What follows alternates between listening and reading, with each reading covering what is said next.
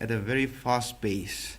And there's a need to balance ourselves so that while we adopt technology for promoting efficiency, accountability, and transparency, there is also a need to preserve and protect the core human values. And therefore, we have chosen the theme Emerging Technologies and its Impact on Future Society for our e-Naga Summit 2020. We are also aware that this is a time where all over the world people are making preparation for celebrating Merry Christmas. And therefore, we have opted for a very short e-Naga Summit 2020. But while doing so, we have not compromised on the quality of resource persons. Responded to our request in a very short notice. And while it has served our purpose very well, we hope, wish, and pray that it has not caused them enough inconveniences. We believe that their participation in this global effort is an effort to uplift one of the most backward regions in the world. And on a day when we overcome the COVID-19 pandemic, there will be opportunities for all of us to meet in person. And till such time, this virtual mode of communication is the only way to stay connected. And I take this wonderful opportunity to welcome all the resource persons and each and every one of you to this e-Naga Summit 2020. With these few words, I request our Honorable Advisor, IT and CE, NRE and Science and Technology, Sri Mulumo Kikong, to give his speech.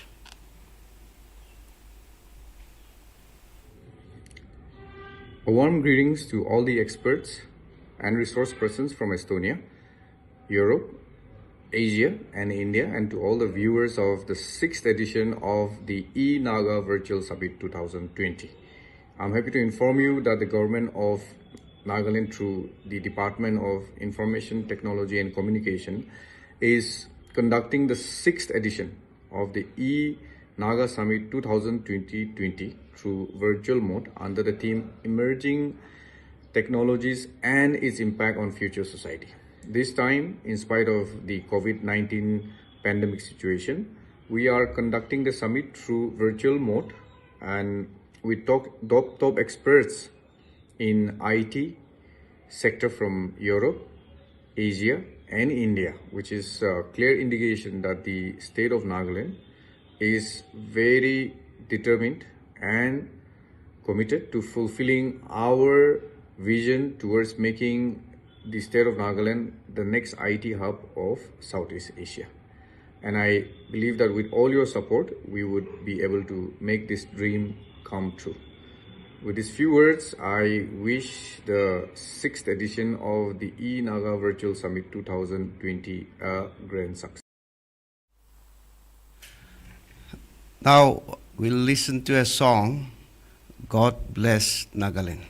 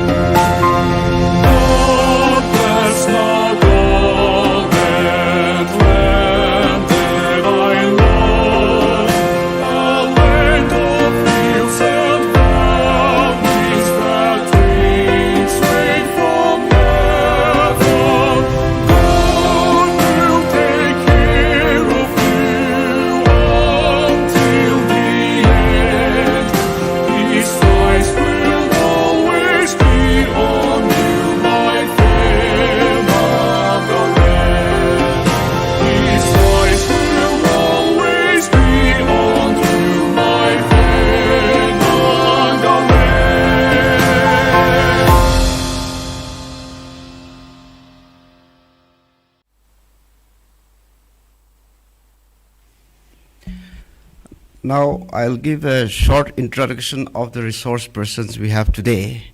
We have 5 resource persons from Europe, 3 from Asia, that is 1 from Singapore and 2 from India. The first resource persons we have is Liselotte Lengso. She's a founding partner of Future Navigator from Denmark. She is a renowned key speaker, moderator, and consultant for various global organizations. She travels around the world to teach people to predict and prepare for the future, and today we are very lucky to have her as our resource persons. I've listened to her lecture in e-governance conference in Estonia in 2019, and she's just an amazing speaker who keeps talking of a better world lying ahead of us. Our next resource person is Dr. Omkar Rai. He's the Director General of Software Technology Park of India, Ministry of Electronics and Information Technology, Government of India. Under his leadership, STPI has been providing services to IT-enabled services, electronic system design and manufacturing industry for promotion of software exports and entrepreneurship. And he is actively involved in various policy formulation required for the growth of IT industry in India. He had earlier come to Nagaland to deliver lecture in the earlier e-Naga summit, and people still want to hear more from him. And he is here again with us today. Our next resource person is also a lecturer at University of Minho, Portugal. She is a researcher, author of books, and she was earlier special advisor to United Nations University in Portugal. Earlier, she has also been actively involved in United Nations eGov, a think tank unit of United Nations University in Portugal, which is dedicated to electronic governance and research. Recently, she has done her specialization from Harvard University on cybersecurity. She had visited Nagaland as a resource person in e-governance, e-Naga Summit 2018, and inspired the young college students so much on the topic of urban mobility that some of them keep asking when she is coming again to deliver lecture for them.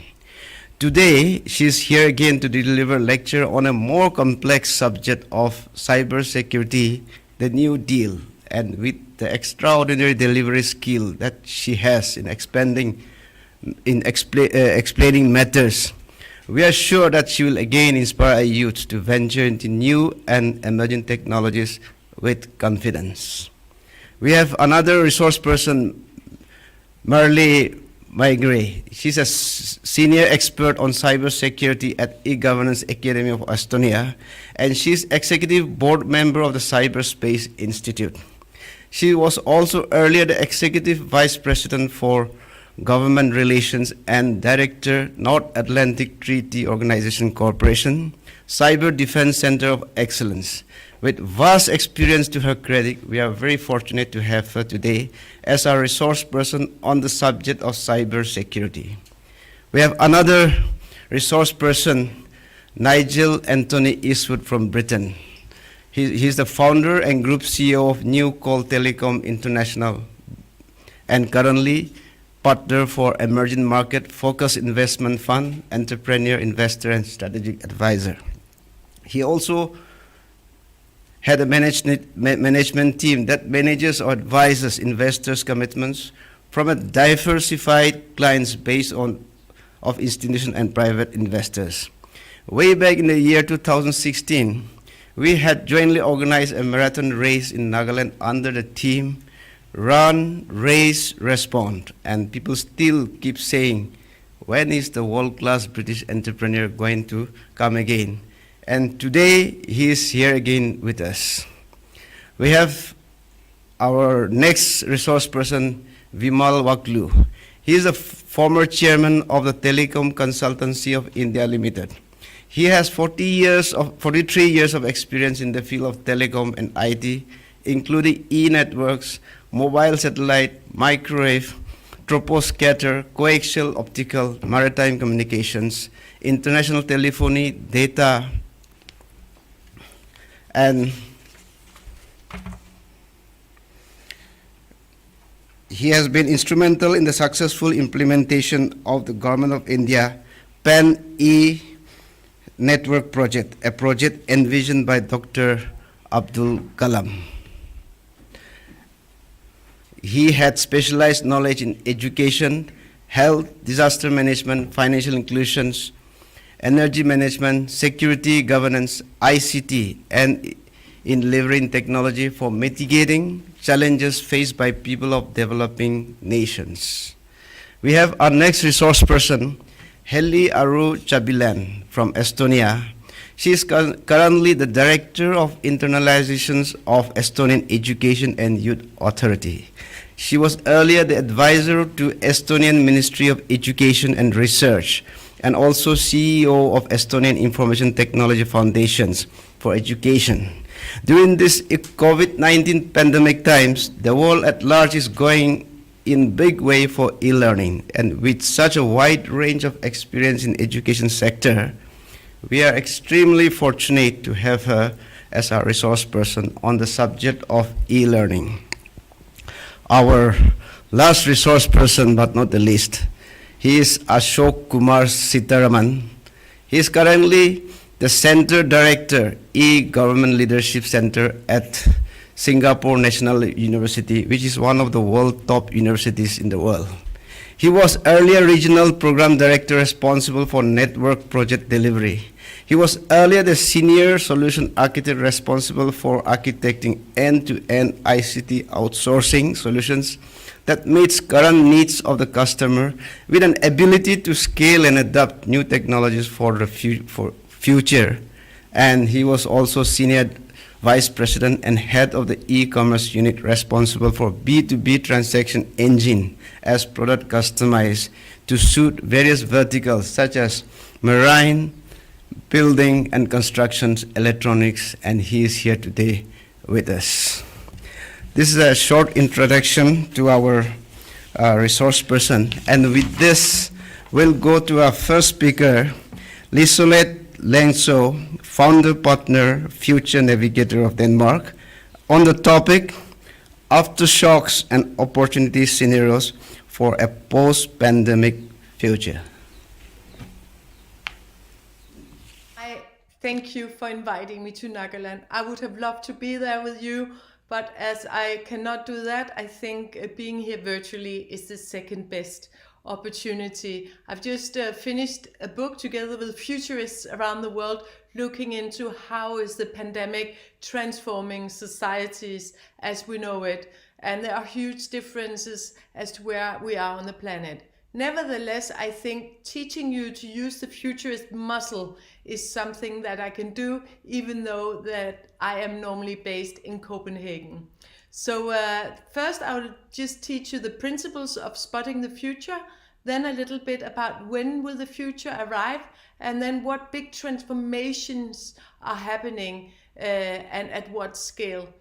So a very ambitious program, so hold tight and hope that you can follow the arguments.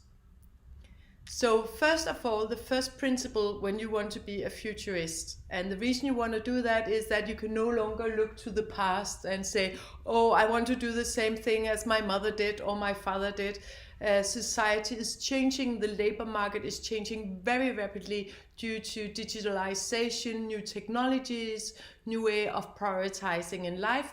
But what you can do is that you can use your futurist muscle to say, interesting, exciting. Please repeat after me. Interesting, exciting. Try to put your arms into it. Interesting, exciting. Then you will start believing it yourself, even though what you see looks very strange. So interesting, exciting.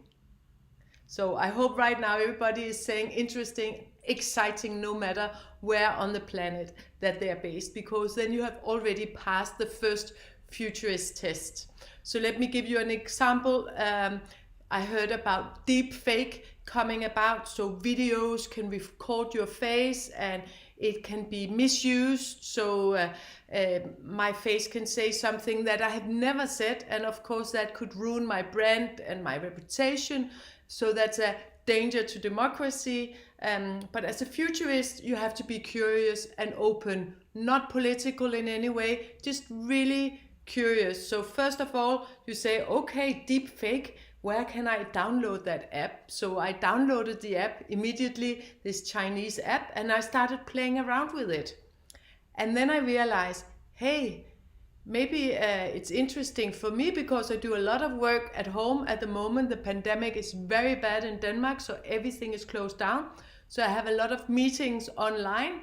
And what I can do is that I can film my face in the afternoon when I had nice makeup, nice hair, and I'm looking good. And then when I have these morning meetings, typically with Australia, then I can put on this fake video of me speaking, and it looks like, that I've been up for 5 hours. So interesting, exciting.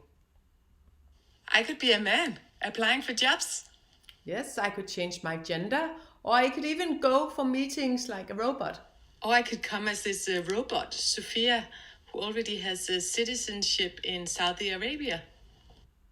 So the point is, before making decisions about your education or your labor or your line of work or your new business opportunity, try to stay within this area of curiosity just a tiny bit longer, trying to explore, trying to experiment, not saying whether it's good or bad, just interesting, exciting. And I do that all the time. Instead of just reading about it in the magazines, try to find out, could I test this myself? So if you remember that, not saying whether it's good or bad, just being curious, you should stay in that field just a little bit longer than you usually do. So if I have to talk a little bit about, so when will cities and people be smart? When is the future arriving very fast and when is it arriving very slow? There are huge differences here because the media, they will talk about the future arriving at the same speed. When you listen to them, you think you will colonize Mars almost next month. And it's really hard to assess so what is actually arriving and what is coming very slow.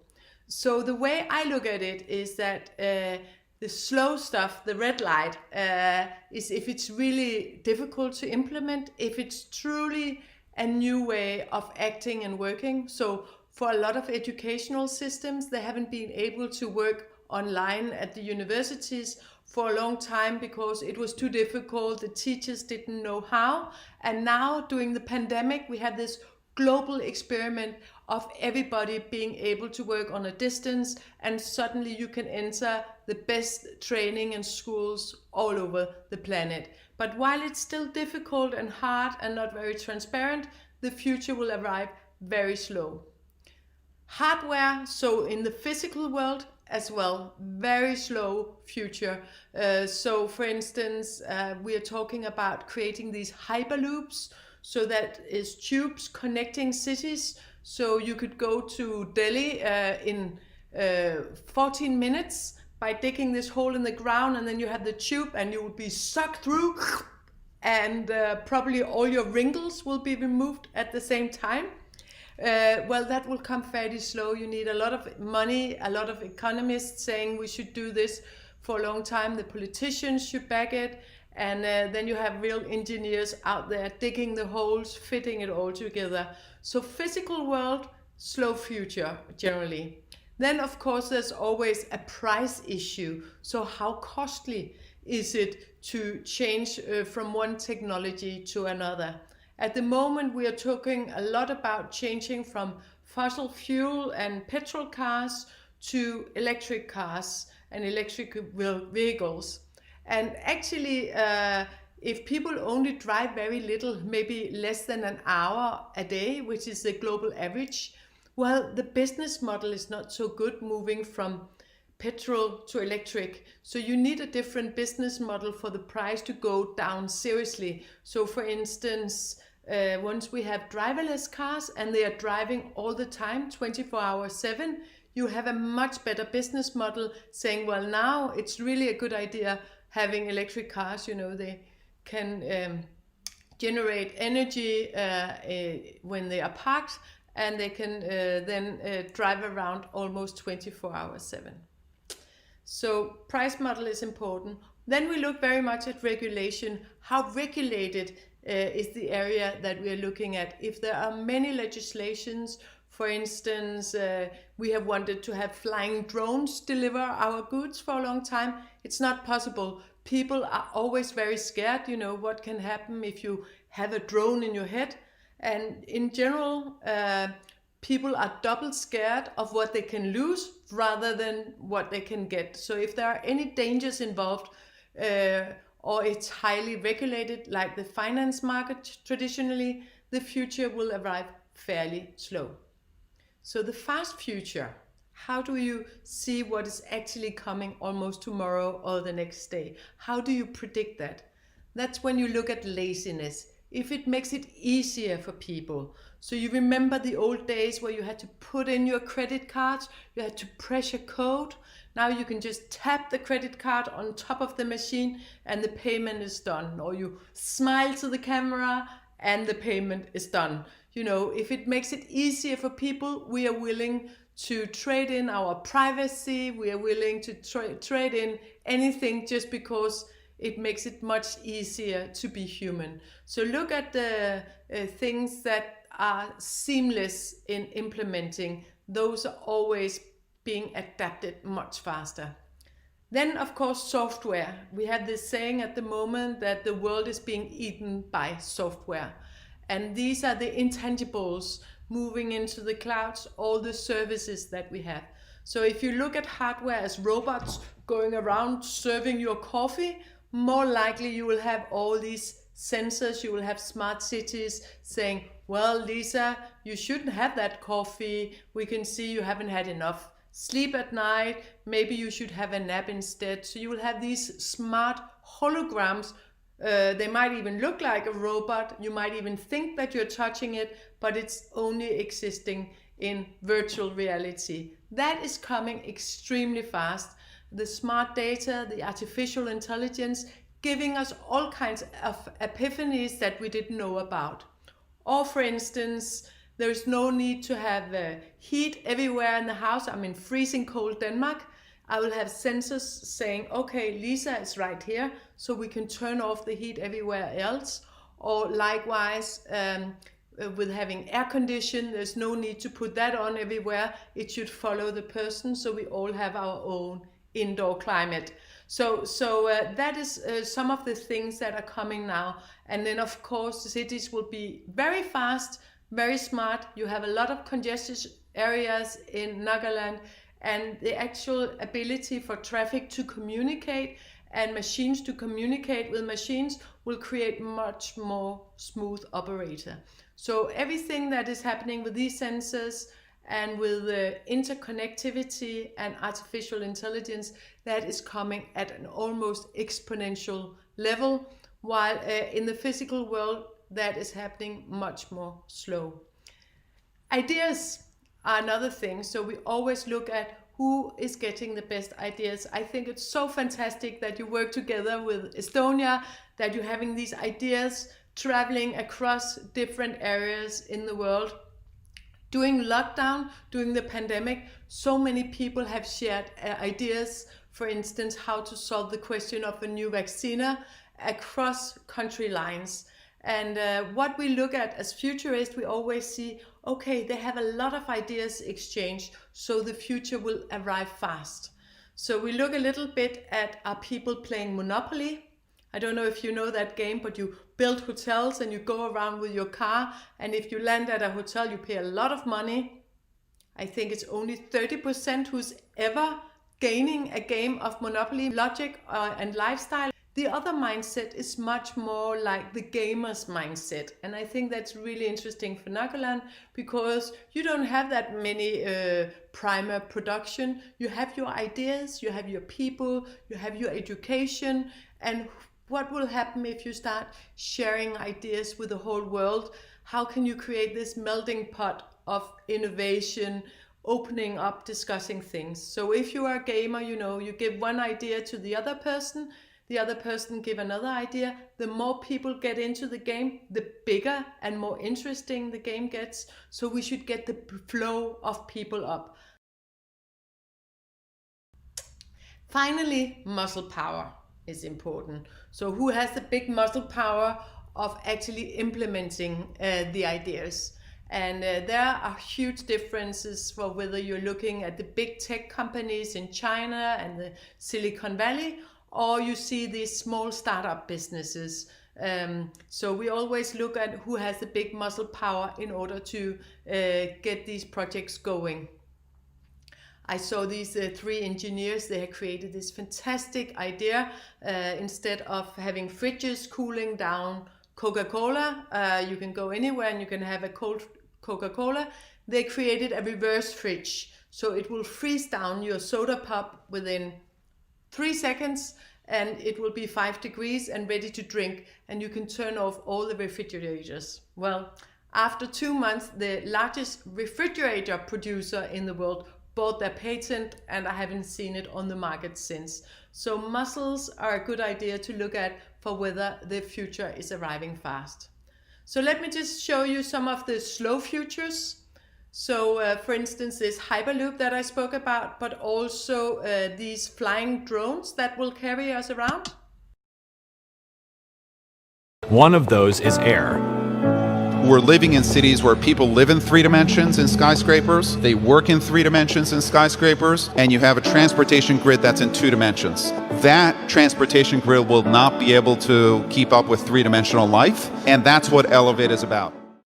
And that's great. And I spoke to New Zealand about making flying driverless cars also, so you wouldn't have to think so much about the infrastructure.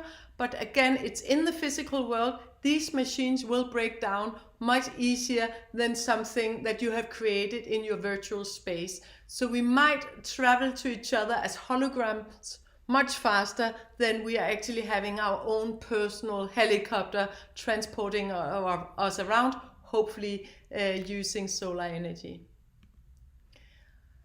Another big change that is coming fairly slow, I guess, is the ability that we can taste things via our screens. But it is still happening a little faster, but it needs a specific screen, so we all need to get at least a new phone or a new computer for this to happen.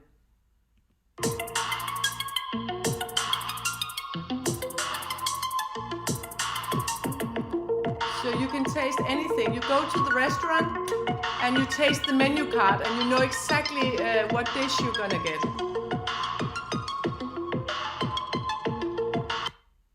So do I like the butter chicken? Then you taste, or maybe even for dating, it could be very interesting. Yeah, I'm not going into that. Then another technology that I think is really important for you to notice is that we've been spending so much time on Google optimization and search words, and these 10 fingers, they are so slow, right? So again, laziness, we are changing now from, instead of using our fingers to search, we will use our voice. By 2023, we expect that 90% of all searches will be voice searches. Play jazz. Playing jazz. Smoothie.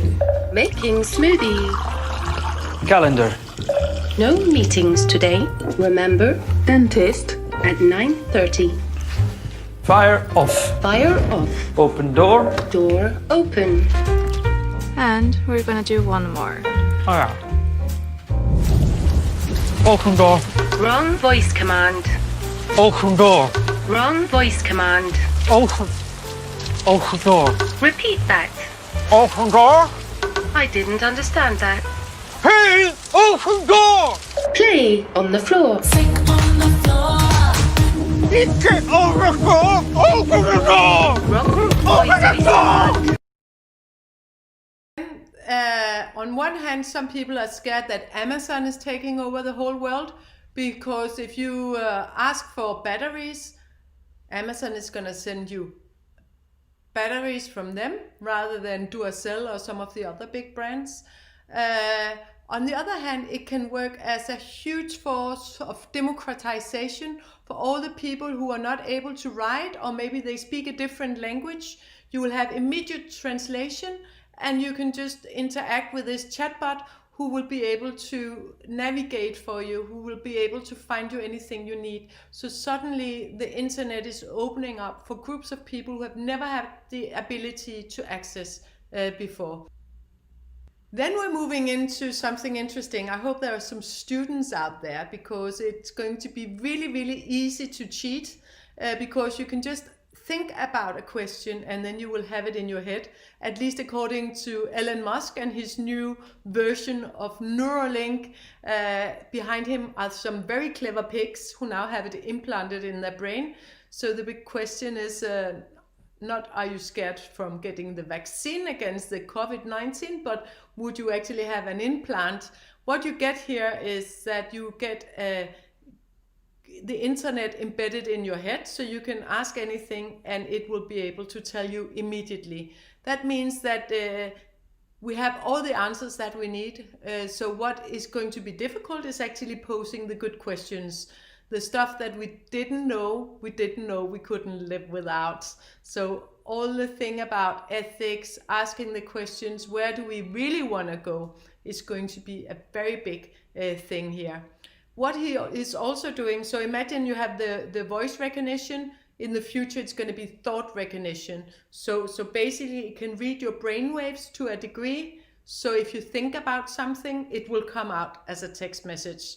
So interesting, exciting in terms of privacy, in terms of how will your marriage be if your wife can read your mind. A lot of things are happening there, and Elon Musk is also talking about memory transplant. So you have a new employee in your business, you can have the memory implanted. And they have already worked with that on mice.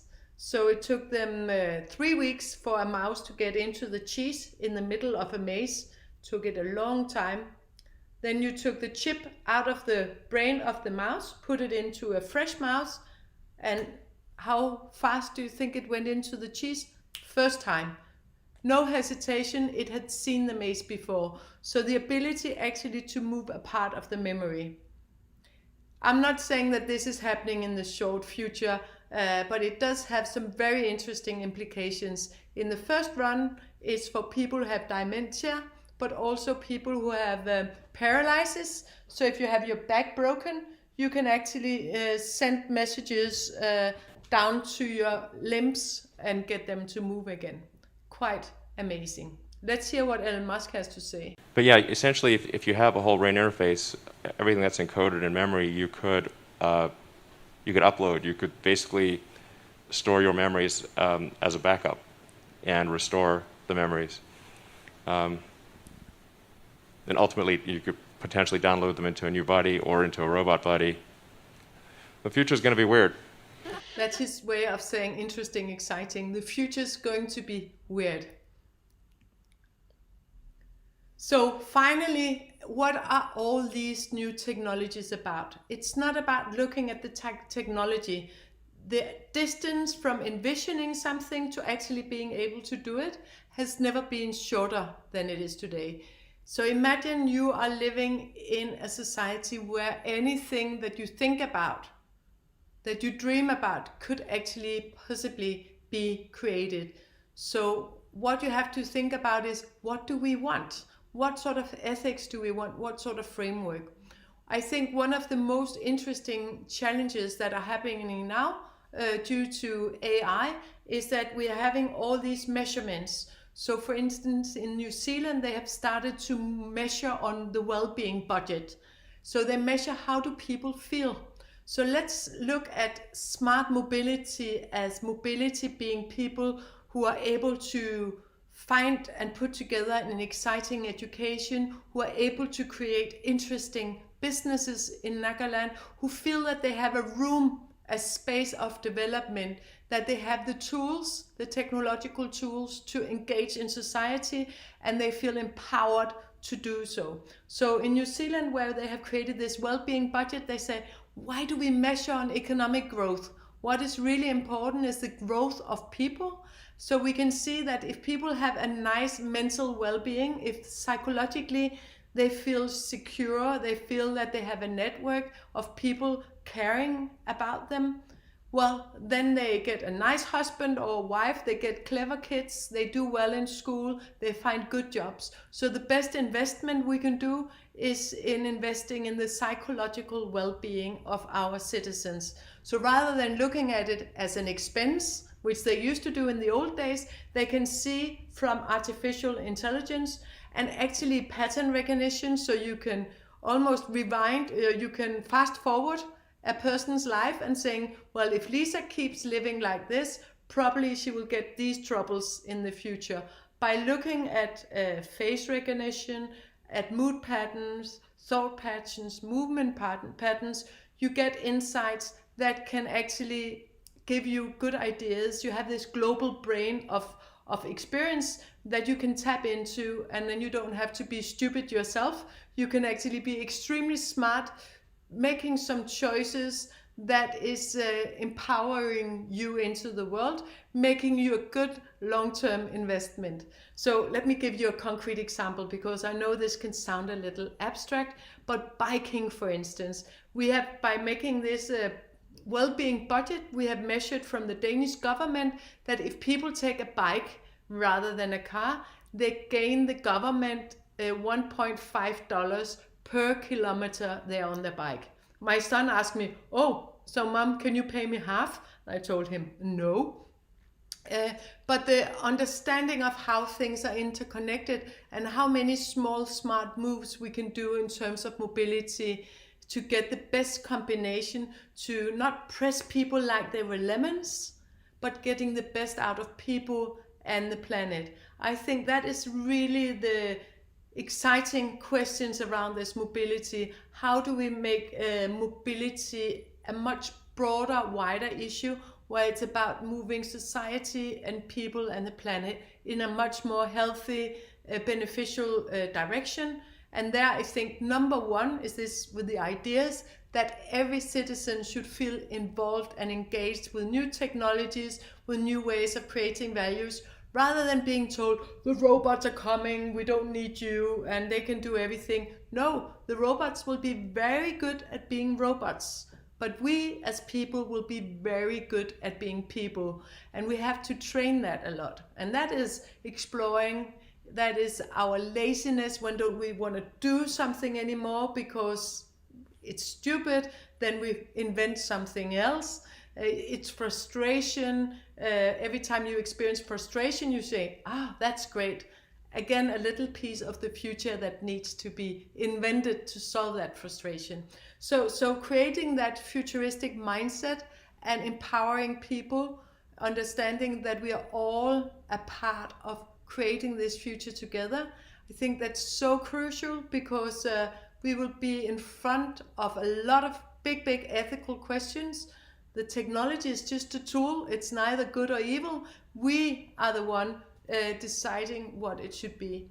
And I wish you all the luck of that. And if you look at some of the transformation in terms of technology that I've talked about today, discuss with your friend or your neighbor or your business partner, what do you think will arrive fast? What will arrive slow? You can even vote, put some timelines on it. And then remember to say, interesting, exciting, then I promise you, you will have a very exciting future lying ahead of you. Thank you.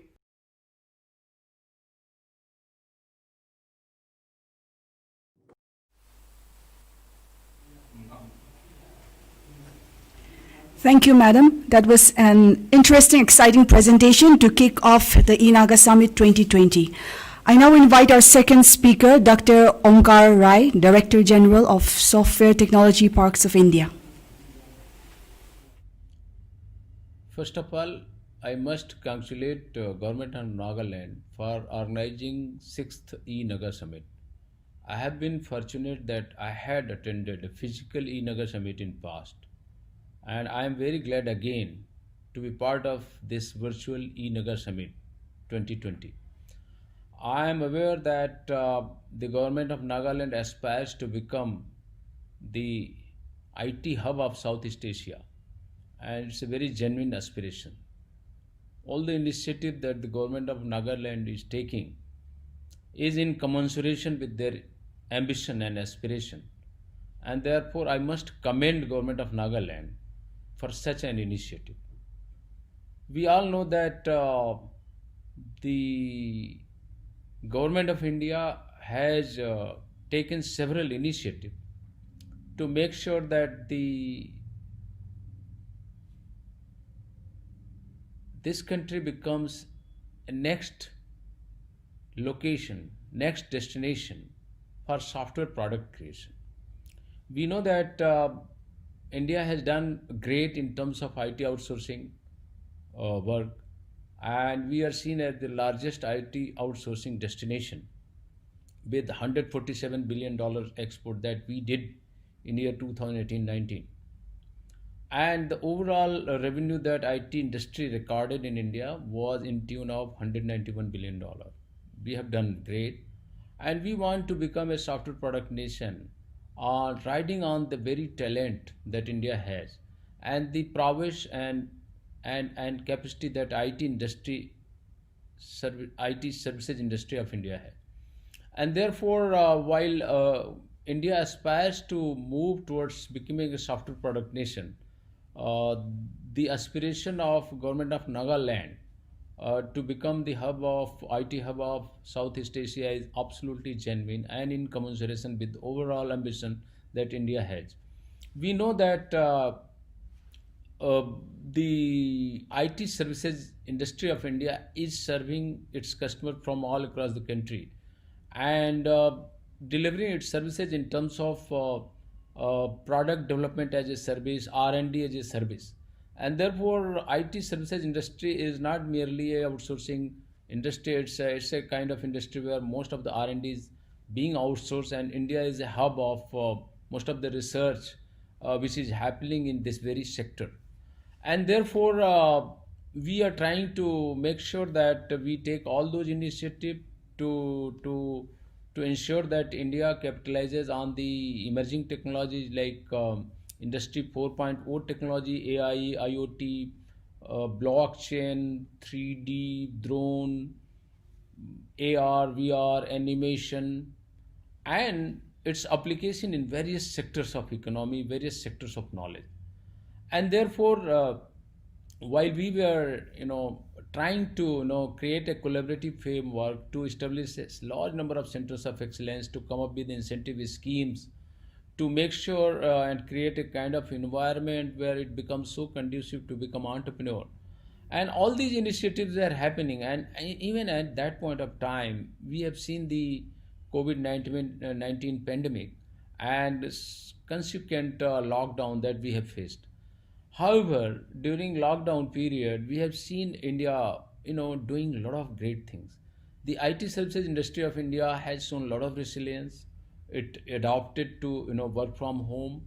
The people of India at large has adopted to digital platform to make sure that their life goes on. And during this period, we have seen several phenomena which are very new. We have seen that the fintech sector, edutech sector, health tech sector, all these sectors got a lot of activities, enhanced activities and adoption of technology in this sector. We have seen that we large number of people have been using the collaborative platform for delivery of education, delivery of knowledge, health services, financial technology sector has also been adopting to great technologies, upcoming technologies. And therefore, during this period, India has shown resilience, and it has also shown a lot of hope for creation of several technology products around it. We know that while we tried to maintain our operations by using whatever technologies we had, but during this period we realized that in future the technologies are required to be more immersive, more engaging, more collaborative. And therefore the technologies like animation, augmented reality, virtual reality and visual effect are going to be very, very important. And they are because of the talent and expertise that India has in this sector, we are going to see a lot of activity in terms of technology development around these technologies. And therefore, these are the sectors which are going to see a lot of activity in times to come. Keeping in view the Ministry of Electronics and IT, Software Technology Parks of India and other stakeholders together have been taking several initiatives to make sure that we are able to afford much needed ecosystem, much needed infrastructure, incentives, policy measures to ensure a conducive environment for startups all across. In emerging technologies like IoT, AI, autonomous, connected, electric and shared vehicle, financial technology, medical technologies, educational technology, blockchain, and all. And therefore, while we are doing this, we have also kept in mind that we also afford the similar opportunity, equally great opportunity, and ecosystem in northeastern state. We have come up with a program called Octane, which is obviously meant for all the states of northeastern region. And I am very glad to share you that for Nagaland, we have picked up an area where we are going to create a center of excellence, essentially an incubator in the field of IT application in graphical design. Obviously, for the reason that we have understood the strength and the talent that Nagaland has in this very sector, and we want to capitalize on that. In times to come, all these initiatives will take shape and materialize on the ground. But I again must say that we are very grateful to government of Nagaland for allowing for actually facilitating creation of STPI center in Kohima, and I am very glad for this. I must extend my gratitude towards government of Nagaland, which has actually not only afforded a plug and play built up space, but has also created a plug and play space network operating center and well built incubator for us.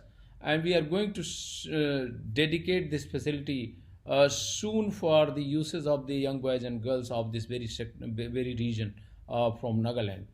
Nagaland has been very progressive, and this very summit, which is sixth of its series, would actually have speakers, experts from all across the world, and the kind of deliberation and discourse that will happen on this very platform would create a foundation for future growth, future policy planning and development in not only in this region, but it would also act as an input for entire nation to take the things forward. I must again congratulate Government of Nagaland for organizing e-Naga Summit 2020 and express my gratitude for affording an opportunity to me to share few of my thoughts. Thank you very much.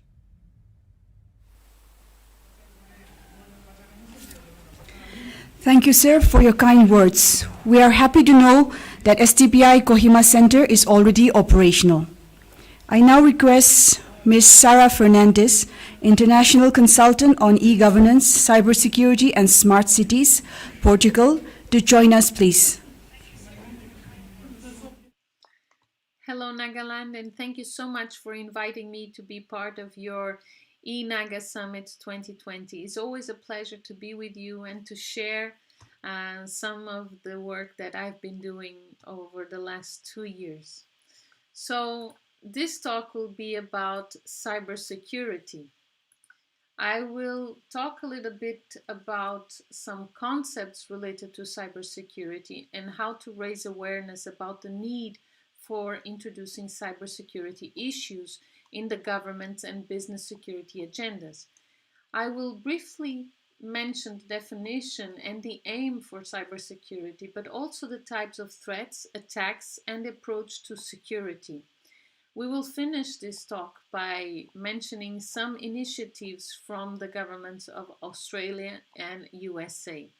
I really hope you enjoy this talk.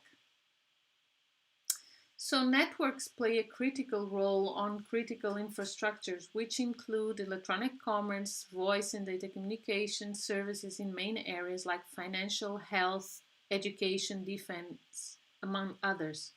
So due to networks' role, network connectivity and ambiguous access are key factors in daily government or business operations. Therefore, networks actually constitute a primary vulnerable target. This year, cybersecurity attacks have increased many folds as compared to previous years due to the new security challenge caused by COVID-19 pandemic. So the third quarter of the year has seen a huge surge in ransomware attacks. Globally, we are talking about 199.7 million ransom attacks that have been reported. So there are some examples, motivating examples for governments and business to set up an agenda, a cybersecurity agenda. For example, in US, the nation's electric grid is becoming more vulnerable to cyber attacks, particularly those involving industrial control systems that support grid operations. So recent federal assessments indicate that cyber attacks could cause a widespread power outage in the US, but the scale of such outage is still uncertain. But we do know that the third quarter of 2020, there was an increase compared to previous years of 40% in ransomware attacks. Now, back in 2014, there was a cyber attack to Sony Pictures Entertainment. And this is an example of an attack to a business, but also it had consequences on the nation state, on the government. So the 2014 cyber attack actually sent shockwaves through US national security and foreign policy. US and international media, as well as private enterprises globally. This was the first destructive cyber attack conducted against US and the first time the US attributed a cyber attack to a foreign government. Eventually, it attributed to North Korea over Sony Pictures Entertainment plan release of The Interview. It's a movie, a comedy, featuring a plot to assassinate North Korea's leader Kim Jong-un. So the Sony Pictures Entertainment attacks, political and economic consequences, serve a powerful example of cyber attacks' crippling potential. But back in 2008, there was an explosion that damaged a Turkish pipeline. And this was actually one of the earliest examples of a cyber attack leading to physical damage in the power and utility sector. Hackers allegedly exploit vulnerable software used in the security cameras to access to the pipeline's control network. So it is also very important, taking into consideration these motivational examples, what is cybersecurity? So we know by definition the ITU recommendation that cybersecurity is a collection of tools, policies, security concepts, security safeguard guidelines, risk management approach, actions, training, best practice, assurance, and technologies that can be used to protect the cyber environment and organization and users' assets. And by users or organization access, we are talking about connected computer devices, infrastructure, personnel, telecommunication systems, services, applications, transmitted information, or stored information. The aim of cybersecurity is to attain and maintain security properties of the organization and user assets against relevant security risks in the cyber environment. And by cyber environment, we mean the users, the networks, the devices, all software, process, information that is storage or in transit, applications, services, and systems that can be directly or indirectly connected to networks. So security has some properties. It needs to be available. It needs to have integrity and confidentiality. By availability, we mean to describe the amount of time over 1 year period that the system's resources are available in the case of component failures. By integrity, we mean the validity of data, absence of human errors, hardware malfunctioning, damage by natural disasters, may include authenticity and non-repudiation. And by confidentiality, we talk about data. Information for which is unauthorized disclosure poses a threat.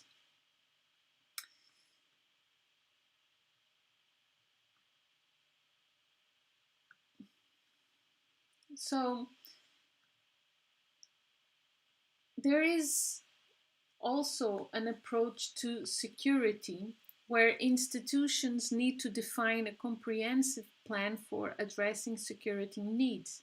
Security should be seen as a process or a way of thinking on how to protect systems, networks, applications, and network services.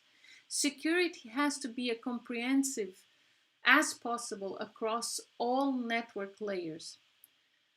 A form is to adopt a layered approach to security combined with a strong policy management and enforcement, so to produce modular and scalable solution. So if one system is attacked, the other can still be operational. We just need to isolate the one that is under attack. So the methodology approach has 8 security dimensions and 3 security layers. By security dimensions, we mean the access control, authentication, non-repudiation, data confidentiality, communication security, data integrity, availability, and privacy. And by security layers, we mean the infrastructure security layer, the service security layer, and the application security layer.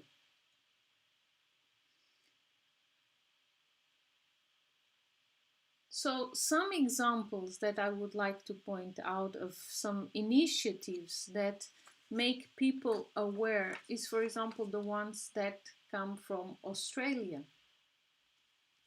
So Australia has several initiatives that are quite interesting, and I urge you to explore them because they are quite innovative.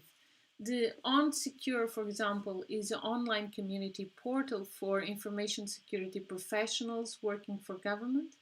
The Stay Smart Online, my favorite, provides information for Australian internet users on the simple steps they can take to protect their personal and financial information online. And the Trusted IS Network provides an environment to share information on security issues relevant to the protection of critical infrastructure and continuity of essential services.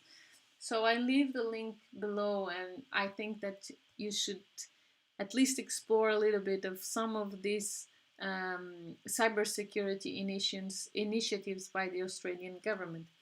Also, the USA set up a national security strategy back in 2018.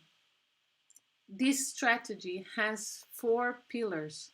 The first one is to protect the American people, the homeland, and the American way of life. Recent attacks show how vulnerable US is. We are all vulnerable, but US is an appealing target to hackers. So it comes with no surprise that one of the pillars is to protect the American people, the homeland, and the American way of life. And they aim to do this by protecting network systems, functions, and data. And the goal is to manage cybersecurity risks to increase the security and resilience of the nation's information and information systems. The second pillar is to promote American prosperity by nurturing a secure, thriving digital economy and fostering strong domestic innovation. And the goal is to reserve United States influence in the technological ecosystem and the development of cyberspace as an open engine to economic growth, innovation, and efficiency. The third pillar aims at preserving peace through strength. By strengthening the United States' ability in concert with allies and partners to deter and, if necessary, punish those who use cyber tools for malicious purpose.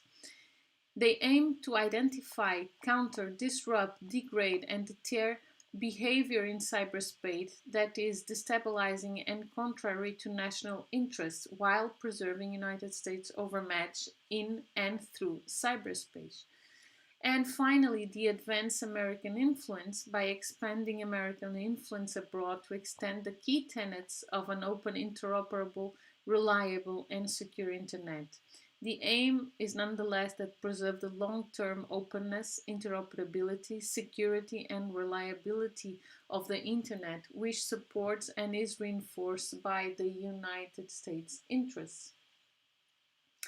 So these are only examples of initiatives and strategies that are outlined around the globe. In this case, it was Australia and US. But we know that citizens, business and governments face challenges from cybersecurity events on a daily basis. The cybersecurity is the new deal for so many key actors around the globe, and we strongly urge governments and business to pay attention to cybersecurity issues as we rely more and more on technology. More than a security concept, cybersecurity also includes tools, policies, security safeguards, guidelines, risk management approaches, actions, training, best practice, assurance, and technologies to protect the cyber environment and the organizations and users' assets. In a more and more global world, we need to be together in setting this new deal for cybersecurity. Cyber environment faces various types of threats: accidental, incidental, active, passive, resulting in possible different type of attacks like service interruption. We saw this happening last week with Gmail and YouTube. Assets compromise like the one that actually happened to the Turkish pipeline, and component hijacking. The preferred sectors targeted by hackers are nonetheless retail, power and utilities, financial services, healthcare, manufacturing, and education. The main sectors that affect everybody. There is not a single person in the world that is not affected at least by one of these sectors. Approaches to security should be comprehensive across all layers, from infrastructure to services, applications, and across all dimensions: access control, authentication, non-repudiation, communication security, data confidentiality, data integrity, availability, and privacy. So it is much, much needed to have a new deal on cybersecurity, because the common aspects on cybersecurity agendas should include developing specific cybersecurity strategies and policies, raising awareness among society, staff, government, business, developing specific capabilities, collaboration, coordination, and information sharing, and above all, protecting critical infrastructure in the cyber environment. So I hope that I'm almost 15 minutes. I hope that this brief presentation will spike the appetite for you to explore a little bit more on cybersecurity. And I am available at any time to answer to one of your questions or any questions that you may have. Once again, thank you so much for the invitation. And thank you, Mr. Vizo, so much for your kind words all the time. Thank you. I wish you an excellent eGov e-Naga Summit 2020. Thank you.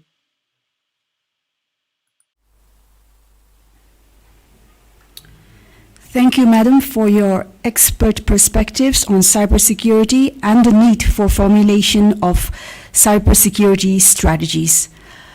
Our next speaker is Ms. Merla Maigret, a senior expert on cybersecurity from Estonia.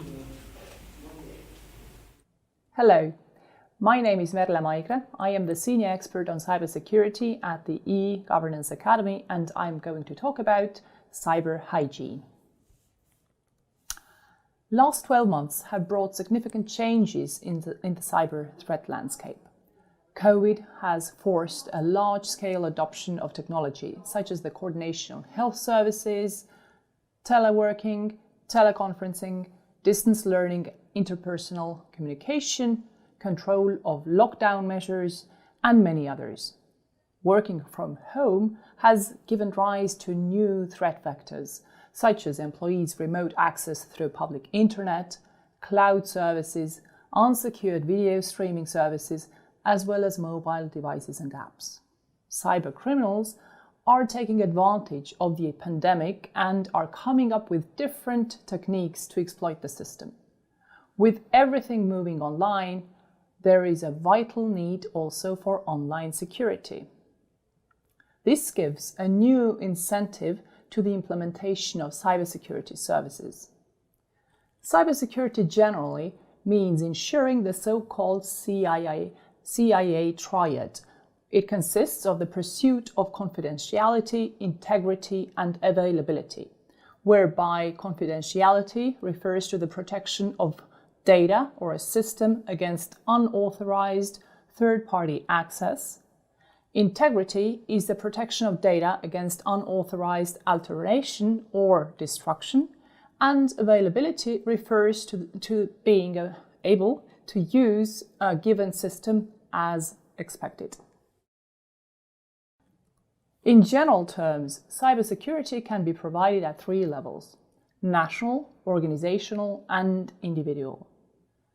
The National Cybersecurity Index, as you can see, created and maintained by the E-Governance Academy, can be a helpful tool for developing and measuring cybersecurity for a country as a whole. However, we also need some technology and some technological literacy above all at the individual level if we want to not only function in a digitized society, but also make sure that we do not create risks to our society by our behavior. In Estonia, we call that cyber hygiene. Cyber hygiene is a reference to the practice and steps that are used that users of computers and other devices take to maintain the system health, and also steps that can be taken to improve the online security. These practices are often part of a routine to ensure the safety of identity and other details that can be stolen or be corrupted. Basically, cyber hygiene refers to the safety of your data online. Cyber hygiene can be compared to personal hygiene. Much like an individual engages in personal hygiene practices to maintain good health and well-being, cyber hygiene practices can keep data safe and well protected. As a former Singapore Minister of Communication and Information said, we need individuals to practice good cyber hygiene and safe surfing habits at work and at home, and we need all organizations to take ownership of your systems and cybersecurity and play your part. So this is essential. Everybody has their own part to play in it all. How do we make sure that people remain the strongest link? How do we make sure that people do not become the weakest link, as is very often underlined? So it is important to ensure that people are educated in good computing practices and that they know how to spot threats. There are some things that work better when teaching employees about cyber hygiene. Some things that work better than others. We have to understand that very often we are asking people to do pretty much impossible. Don't click on suspicious links. What is a suspicious link? Very often people have to click on links because that is their job. So we are making it very hard on people.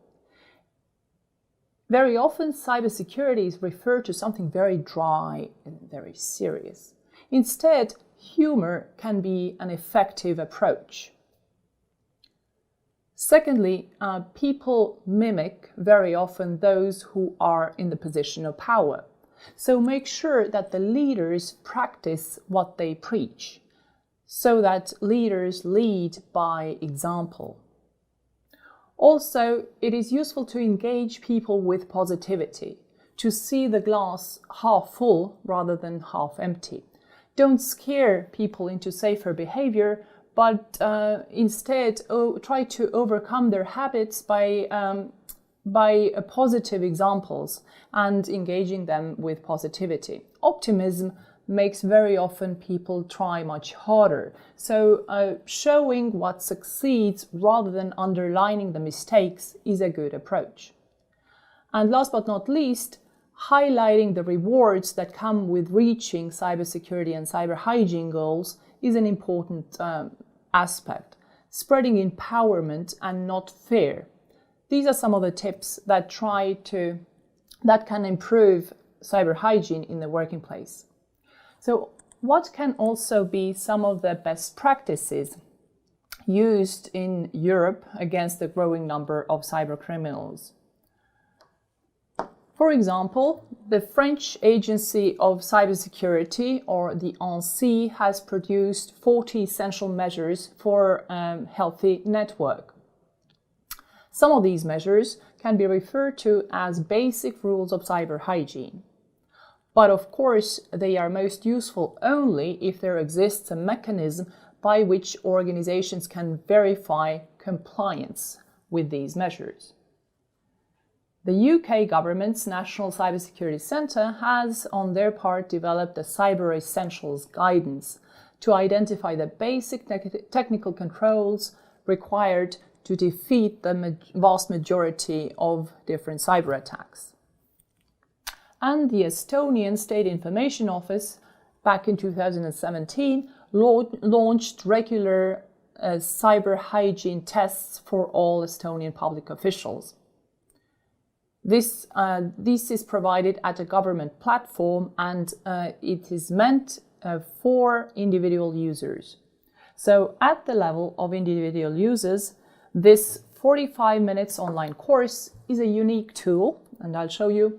This 45 minutes online course is a unique tool that maps human risk behavior and results in a matrix showing the individual users' specific risk areas in several separate categories. Basically, it measures people's individual risk behavior in cyberspace and it divides it into different categories. The risks are divided into 4 different fields: personality, knowledge, exposure, and organization. The personality part of the risk profile helps to tell us who we are as individuals. Knowledge part of the profile shows how well the participant understands technology and security.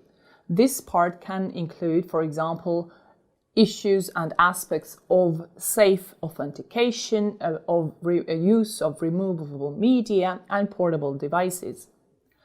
Thirdly, exposure shows the risks that the participant is exposed to in cyberspace, such as social media, emails and web pages, and how to safely navigate with one's social media accounts, for example. And lastly, the organizational part of the profile demonstrates the degree of which the participant is exposed to risks within a given organization, be it a ministry, be it your NGO, civil society institution, or an enterprise. This organizational part deals with an organizational culture, how information is managed there and how much there is tolerance for cybersecurity shortcuts or exceptions within the organization as a whole. So, what makes a good cyber hygiene test? When raising awareness, it is important not to tick boxes, but to try to understand what makes people tick. Above all, these game-like small tests that are aimed at educating employees and are based on real-life situations seem to be a very effective way of making people understand the security risks and helping them remember better what are some of the best techniques to deal with the risks. This short test should not be a pass or fail, but instead it should seek to teach people about specific risks that people can be affected by online. Also, a good cyber hygiene test should not only refer to the technical aspects, but also describe issues that are related to the individual and the organization as a whole, so that there are different aspects of risk are covered. In addition to the technical cybersecurity risks, a good cyber hygiene test also covers, to a certain extent, issues related to misinformation and fake news, as these are so very often very tightly connected with the cybersecurity risks. And lastly, visualizing and telling about risks to people through lifelike stories is a good way to convey information about this. When you build a house, you start with a foundation. The same goes for cyber hygiene. If you secure your organization, you have to start with a foundation, and cyber hygiene is the foundation of cybersecurity. As a way to start with cyber hygiene for an organization, there are some useful tips and tools for you to take away with. The UK Small Business Cyber Guide, for example, recommends to create a cyber hygiene policy in an organization. If there are multiple users, these practices should be documented into a set of policy that can be followed by all who have access to the network. And here are some typical items that should be included in an organization's cyber hygiene policy. Password changes, meaning that complex passwords should be changed regularly because that can prevent malicious activities.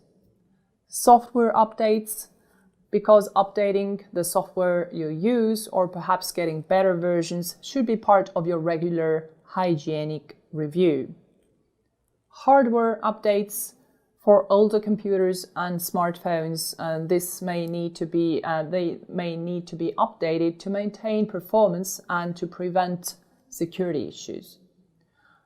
Careful management of new installs, as every new installation should be done properly and documented to keep an updated inventory. Limiting users.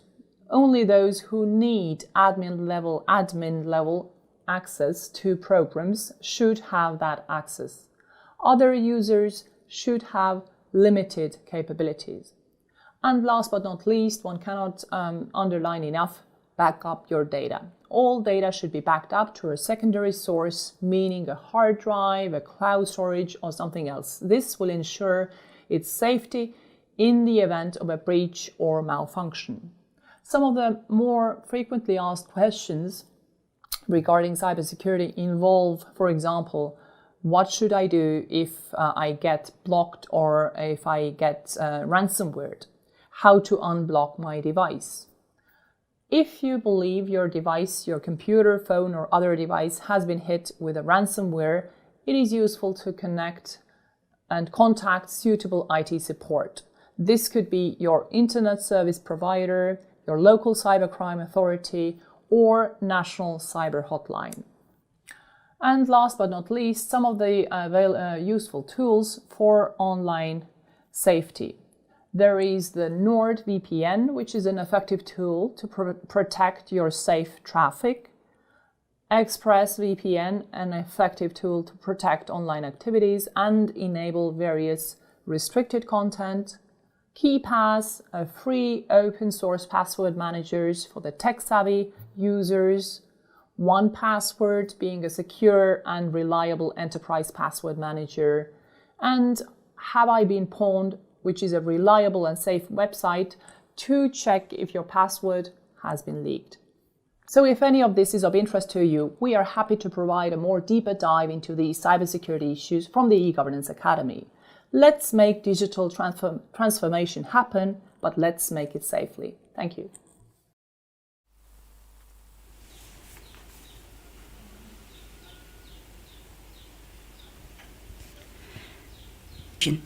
Up next is a special number by Miss Lady Shekose.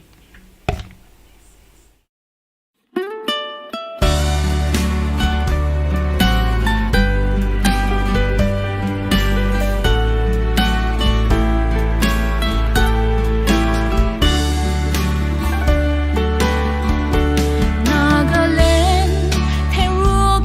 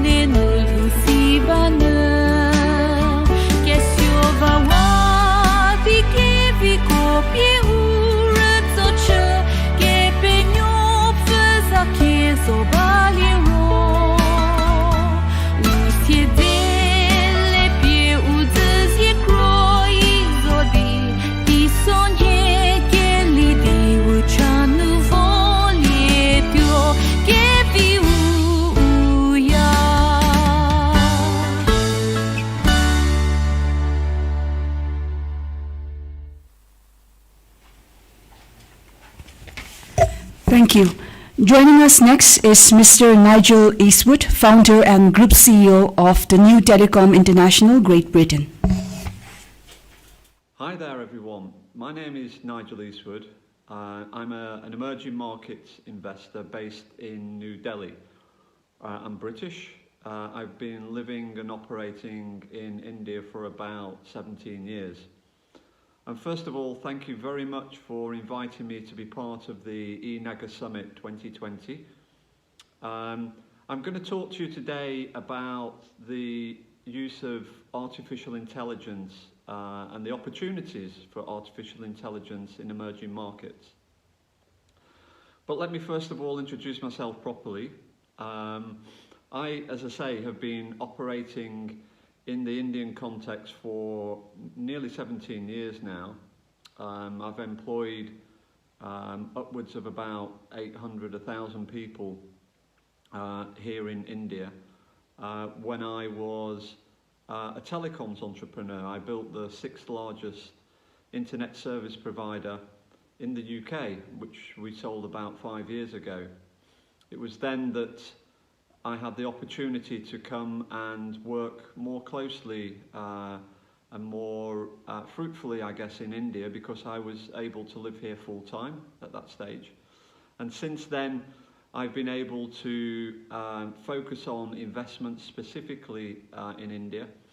And the good news is, over the last 5 years, I've invested in around about 8 technology companies, all within I guess, a similar theme, and many of which utilize artificial intelligence as a platform to create innovation, to create a uniqueness and differentiation in the marketplace. So that's a bit of background about me. Maybe I should really tell you something about my family, because my wife grew up in Kohima. She's actually from Manipur. My wife's called Vijaya. Many of you may have met her before when we did the half marathon races some years back. Vijaya, having lived in the area and been brought up in the area, has got me so interested in the Northeast, particularly with with a view to investing in opportunities there in the coming months and years. And I do very much hope that I can travel over to Nagaland once the pandemic situation is more receptive to internal travel. I'm going to use some notes as we go through this. So, artificial intelligence in an emerging markets context, what's it all about? Well, for those that don't really know about artificial intelligence, it's utilised right across the digital infrastructure now in all sorts of different areas, but artificial intelligence has an enormous potential to augment human intelligence, so that's building on the inherent intelligence that we as humans already have, enabling us to access products and services that are really interactive with our thinking, and AI, as it's called, offers an opportunity to really lower costs for businesses and help them leapfrog the barriers to entry, to help deliver innovation and also, actually, in an emerging markets context, we believe artificial intelligence will help deliver technology to the underserved areas of the country. Artificial intelligence as a platform, we believe, has significant economic importance for every nation, but particularly for India. As we see, India has a great ability to be able to leapfrog technology and not go through the iterations that developed markets have been through. So artificial intelligence will, in my assumption, moving forwards, help India really leapfrog into new technologies and enable them to really harness the power of innovation through AI. I guess the current context within India and other emerging markets is that the use of AI is, I would guess, rather basic at the moment. It's been very well utilised in both public and private enterprise alike. But in my view, AI is a really critical component for businesses in this era as we move into 2021 to help them really scale up and help them deliver services and create competitiveness for their businesses. So there are a few different areas of AI that have emerged over the preceding years. And the science that makes machines more intelligent and especially intelligent computer programs started really with a basic AI model which typically embeds certain abilities such as memory, attention and language, as well as some known executive functions like anticipation, decision making. And these have been utilised and developed into models like credit scoring, so your credit score uses AI right now, online matching for dating and the like. Things like chatbots use AI, and smart speakers also utilise AI to a significant degree. And that basic AI has been around for some time now, as I'm sure you've all become very familiar with it. But moving forwards into more advanced AI, now this is technology that is really at the bleeding edge of science at the moment, and leading to the third chapter, which is autonomous AI. But advanced AI is really about human cognitive abilities and enhancing these, and building on these abilities, such as perception, vision, spatial processing. And it sort of, advanced AI closely mimics the human mind and enables the analysis of both structured and unstructured data such as text, images, audio data. And right now, applications are being built using advanced AI around facial recognition technologies, speech recognition, medical diagnosis, and that's an area that I'm heavily involved in with one of my investments, which I'll talk to you about in a few minutes, called Think Vitals, based out of the UK. Transportation uses advanced AI. Scheduling used very, very effectively in the Japanese high-speed rail infrastructure, for example. Urban planning, now, as I said, around spatial awareness and CAD design, is using advanced AI to a massive degree. Also emerging are things like logistics chains that are getting more sophisticated and more efficient using advanced AI, and applications which both government and private businesses are using to make our environments more safe and secure, such as the use of, as I've said, facial recognition, voice recognition in security management solutions applied in public areas. And then I guess thirdly, we talked about autonomous AI, and this is really moving towards AI deployed in transportation. Particularly, you've probably seen Tesla and other car manufacturers really pushing the boundaries there.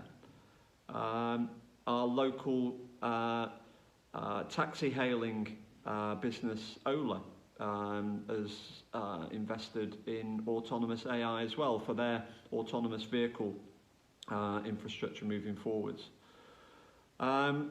I guess because it's so new, autonomous AI is still far from being widespread.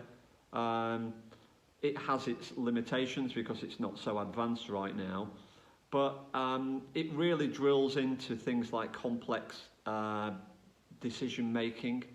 As you can imagine, trying to drive a car autonomously, there's huge algorithms and computer decision making that needs to be made to help learn and understand the environment more and more. So autonomous AI, we will see advancing very, very quickly in coming years.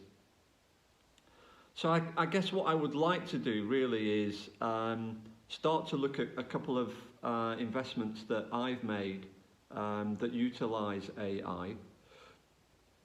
But before I do so, let me just give you a few notes around the popularity of AI. In 2018, I guess AI was, and that's only 2 years ago, was just really starting to get traction very much. And from 2018 till now, the infusion of AI into general businesses has increased by at least 23%. We believe that the demand for AI applications will just continue to grow. And of course, in coming years, autonomous AI will become a de facto part of our lives for transportation, for example, and for healthcare, for banking, for driving new areas of innovation around all sorts of new business models that are emerging in a digital world. Some real world examples are two of my investments that use AI as a protocol. And I invested some years ago in a company called Resolver in London, Resolver are a alternative dispute resolution body, and in essence what they do is they are an arbitrator between a business and a consumer when a complaint arises. They use AI to great effect. They use machine learning to become more and more intelligent. So what happens is the algorithms that Resolver use allow them to assess the outcomes over many millions of complaints and understand and predict what a reasonable outcome for a complaint should be and has been over the years. So this helps a business with that may generate many thousands of complaints a year become far more accurate in pinpointing the problem and resolving the problem a lot more quickly. AI is also used to look for areas like vulnerability. So, for instance, if someone is elderly or maybe a female that could be vulnerable, and this is involved in part of the complaint, machine learning and AI picks those keywords up and prioritizes those complaints above many others. So Resolver I brought into India about 2 years ago as an investment, and we've set the business up in Gurgaon, and it's doing exceptionally well. And there are 2,500 businesses now in India that use Resolver as a platform for resolving complex consumer complaints. In the UK, it is by far the most efficient and leading consumer complaints platform. Healthcare is another area which I've talked to you about earlier that uses AI as a platform more and more. I'm very pleased that I've invested in a business called ThinkShield, whose software is called Think Vitals. That's based again in London, and very recently we have brought that business into India also. We've set the company up in New Delhi, and this is a clinical vital signs business that uses AI to accurately measure and predict the vulnerability as far as critical illness and the propensity for critical illness of individuals who are in a hospital. And we have built this in conjunction with Chelsea and Westminster hospitals in London. It's a very, very complex platform. It's been built over the last 10 years. But Tim, the founder, over the last 4 years has used AI more and more to help more accurately predict patient outcomes. And in fact, in the UK, we assess or we understand that Think Vitals as a platform has saved many, many thousands of lives and also many millions of pounds for the NHS in the hospitals that we have deployed this technology into. And I do hope in the future with the government of Nagaland in particular, we can bring this technology and implement it in hospitals in Nagaland and indeed across the northeast to help improve patient welfare, patient outcomes, and make the hospitals in the region more efficient. I guess looking at time, that's about it for my speech. I have thoroughly enjoyed interacting on the platform, and I do hope you've taken some notes and maybe understand a little bit more about AI and where it's going. It's part of our lives. It will continue to touch every facet of every business as we move forwards, and it's something that we as a world, as a nation here in India should embrace more and more. Well, that's all from my side, and I can just close by saying I wish you all a very, very happy Christmas and a very peaceful and, let's hope, really prosperous New Year as the pandemic moves behind us and we move into a new era. Obviously, digital has really sprung into action during the pandemic, and I believe come spring, early summer of next year, we'll all be into bounce back. The sentiment will be much improved, and let's hope the V-shape recovery really comes as we all predict. Okay, wish you all success and peace over the Christmas period. Thank you. Thank you, sir, for enlightening us on the usage of AI in emerging markets. Our next speaker is Ms. Heli Arrow. She's the director.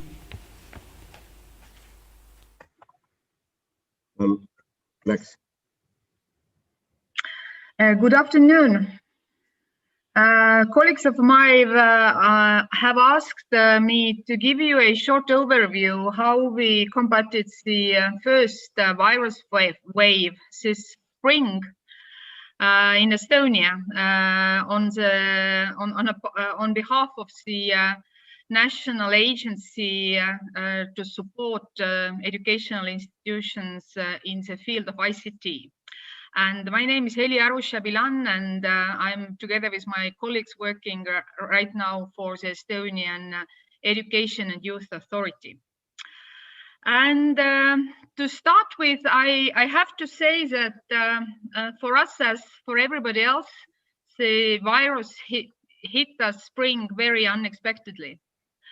Although in Estonia, we have been prioritizing ICT in education for over the 20 years. It did take some time to get adjusted. We were in this regards a bit more successful that we, on a national level, we were able to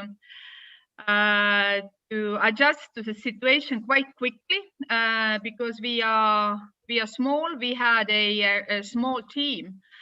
It took about 4 days to be ready to provide services in a new context. We basically prioritized information sharing in such a way that all necessary information regarding the new situation, it was all put into one web page where we had special sections for school heads and teachers, and there were many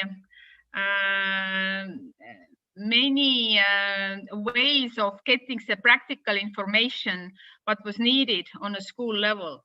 We provided pop-up training seminars for schools. We did it nearly 80 training seminars during almost 2 months. We reached out for parents in order to help them to cope with the situations. And we also had a very good cooperation with the private sector who opened up all their platforms free of charge for the schools. So I'm here in this slide, I have summed up the first few steps what we did during the situation where emergency situation was declared. But I have to say that for the schools, as judging from the feedback what we received, it took on average 2 to 3 weeks to get their strategies in place and to really organize the learning processes in a meaningful way in a new situation. How did we do it? because even for a national center to kind of adjust with the situation during 3 to 4 days and provide all those services, what I referred to, how it was possible. I have to say that it was possible because exactly of prioritizing the ICT for education during several years, even decades. In Estonia, we are a small country. We have about 1.3 million people as a population whole, and we have a teaching body. The number of teachers is about 15,000 in general education schools. And we are used to this approach where in one organization, we don't have specialists which are specific, which are covering specific fields in a full-time basis. So we are used to work in networks. We come together as experts in different topics, and we come together on a problem-based kind of approach where we try to find solutions. And in spring, what happened was that education technologists who are usually working in a network basis, who are practitioners, teachers from the schools who have used to work with this national agency, they came together, and together with this national center, we started to provide the services, training seminars, also information sharing. And it's very clear that the interest towards the services was huge. I mean, our e-services were very popular. The number of users increased over 10 times. I have to say that my colleagues are very good engineers. We actually were able to provide those services without major breaks.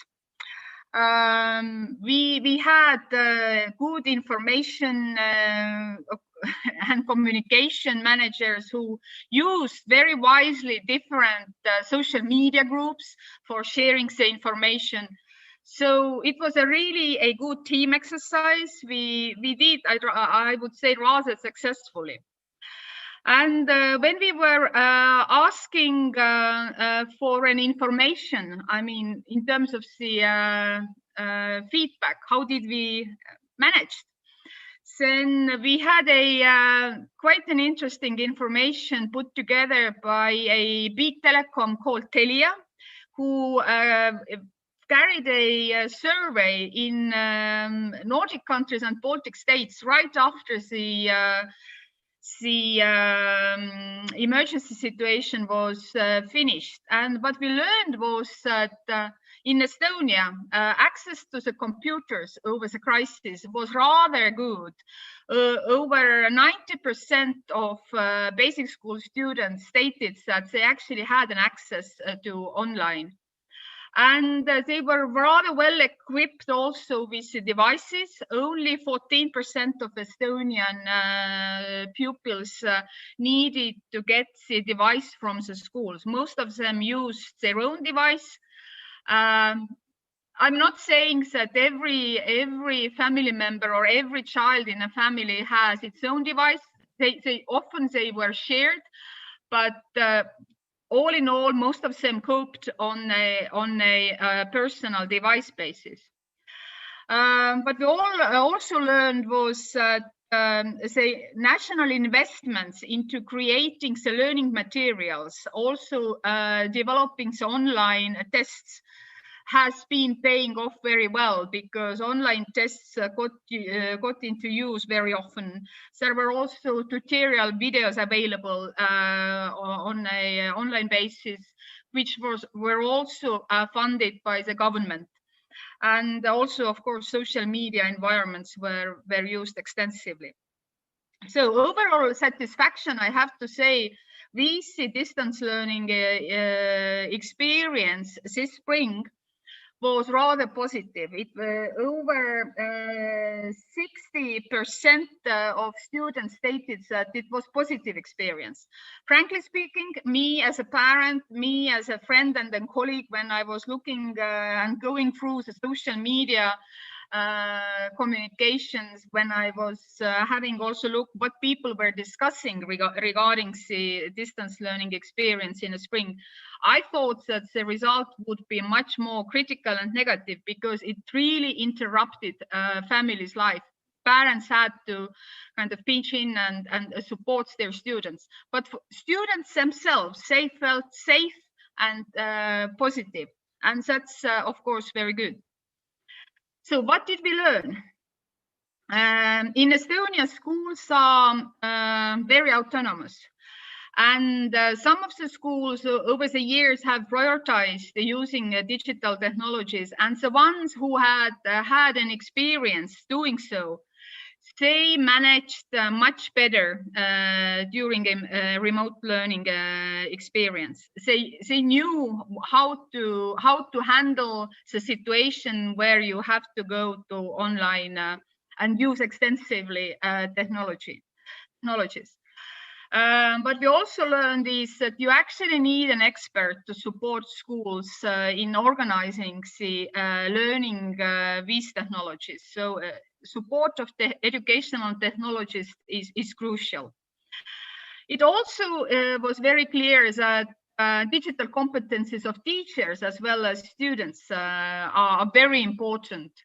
And although in Estonia, we've invested into the training of digital competencies of teachers over 20 years, each year about 3,000 to 4,000 teachers go through the training seminars. It was still clear that not all of those teachers in Estonia, all of those 15,000, hadn't really used this opportunity. So this crisis situation puts them into the position where they had to learn those new skills. And in such a way, we actually can see that sometimes actually disruption of this comfort zone, disruption of your usual ways of work can actually be also good in somehow. So you are pushed beyond your comfort zone and you learn. And what was very clear lesson from the spring was that less is more. Given what are all the different opportunities with different platforms and solutions, it's the diversity is good, plenitude is good, but you have to choose wisely. So our main suggestion to the schools was that choose wisely, less is more, and think about the systematic approach. How do you do it on a school level in different aspects? And also communication is vital between teachers, between parents and school. So these are simple things which, of course, get once again kind of a clear support that communication is absolutely vital. So if I kind of sum up our experience from the spring, I would say that despite the fact that in Estonia we have put the focus to ICT for years, this spring gave us an opportunity to really explore the opportunities of technology more clearly. We clearly see that students can take a bigger ownership of their own learning, that they would be responsible and motivated to learn, and technology here can really help.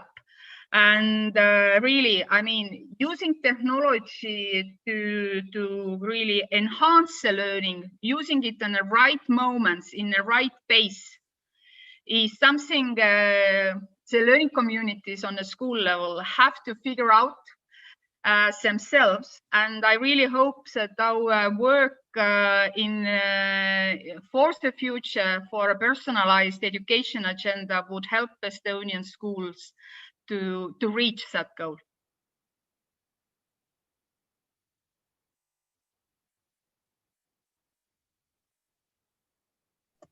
Thank you, Haley.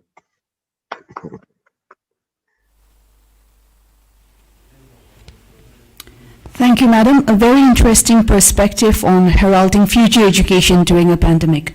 Our next speaker is Mr. Vimal Wakley, former chairman of Telecom Consultancy of India.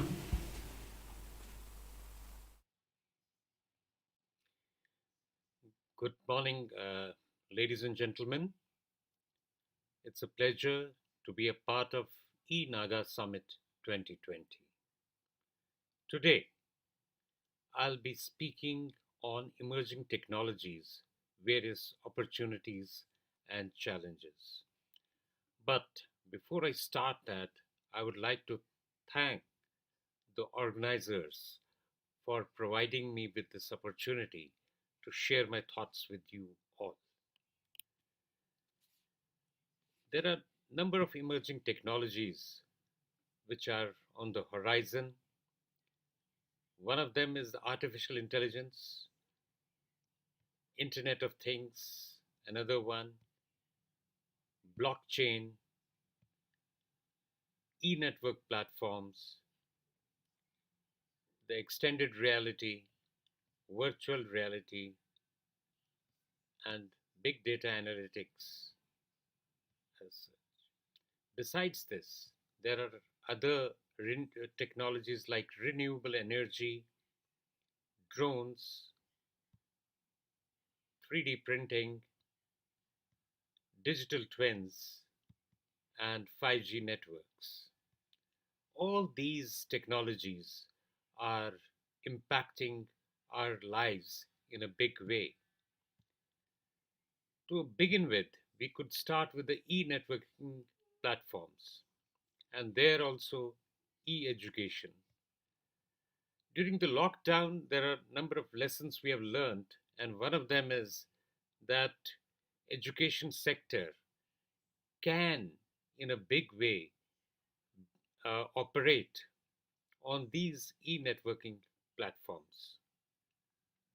We have virtual classrooms, even virtual universities can run on this.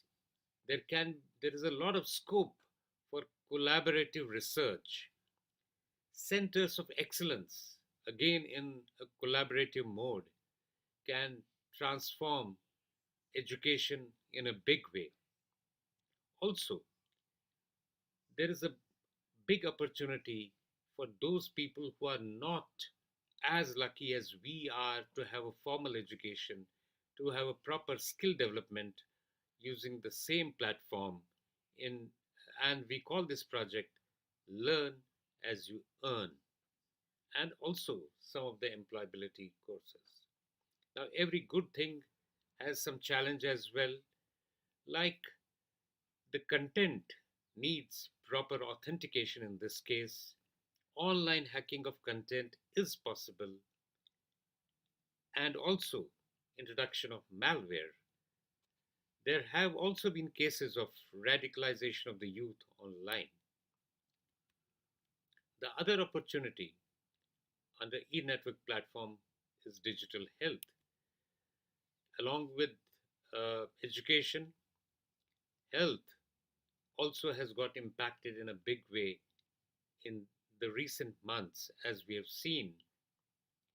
Lot of consultation, health consultations are happening online now. E-Sanjeevani network of the Government of India, it's being used to its maximum potential. Well, apart from this, there have been continued medical education, mother and child care, M-health, chronic patient management, and also maintenance of patient records, which is possible with the help of the e-networks for digital health. Now, at the same time, we have challenges like misuse of patient health records and stealing of patient records online. Another opportunity is taking the telemedicine service to the rural areas in a public-private partnership mode. Artificial intelligence is another technology which is impacting the health sector. For example, for visually challenged people, there is a product called Seeing AI, which has been introduced by Microsoft, which tries to make lives of such people as normal as possible. Similarly, there is another product called uh, Eye of Horus, which has been developed in Spain. This is for neurological challenged people, leveraging artificial intelligence, and also for people suffering from quadriplegia, we have the brain controlled electric wheelchair. Now, with these uh, interventions, we are able to make the lives of people with physical challenge as near to normal as possible. But there are challenges as well, because any type of sabotage is possible by unscrupulous elements through hacking, which can have serious physical repercussions. In health itself, we have this diabetic retinopathy, which can help just by looking into the eye convert the various functions, various challenges faced by the body. They can be recorded leveraging artificial intelligence like diabetes, hypertension, stroke, thyroid disorders, cancer, arthritis, tumors, Alzheimer's, etc. And artificial intelligence also helps in detecting all these diseases, but there are challenges like patient data leakage and implications on the insurance premium as well. There is another sector which is impacted in a big way, like the telecom sector. Optimizing of telecom services, we have seen during pandemic how various service providers in the country have been able to dynamically shift loads to make all our service, and also it helps in mitigating the challenges faced due to cyber attacks. But then there are challenges which are posed in the case of telecom also, that cyber attacks can be more severe with bots, the robots performing that task as well. In the e-commerce sector also, artificial intelligence plays a big role. It's possible to predict the choices of customers and thus offer things to them accordingly. The supply chain management can be automated, but then there are challenges like AI can collect all the data about the choice of customers and subject him to severe spam as well. Traffic management in big cities, which definitely traffic poses a serious challenge.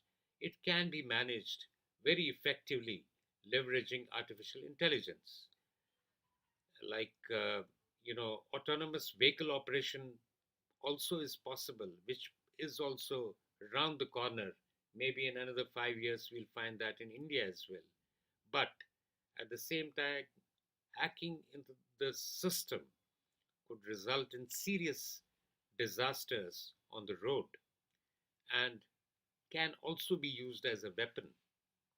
Robotics, they can prove to be big friends of the human beings, particularly for people who are aged and who, the patients who are in the process of recovery. There are a lot of such opportunities in health sector as well, but hacking in the system could result in serious challenges for the human beings and could be used again as a weapon to create chaos. Blockchain in the health data protection provides a big opportunity in protection of health data. In the previous slides, I mentioned that data protection is a major challenge, and this particular challenge can be mitigated leveraging the blockchain, which is basically a big ledger. It's a hyperledger, but the challenges are some private blockchains where there could be problems. Asset management is another domain where blockchain can play a major role in management of the land records, but any breach in this also can lead to a chaos. Smart city governance is possible with the help of blockchain.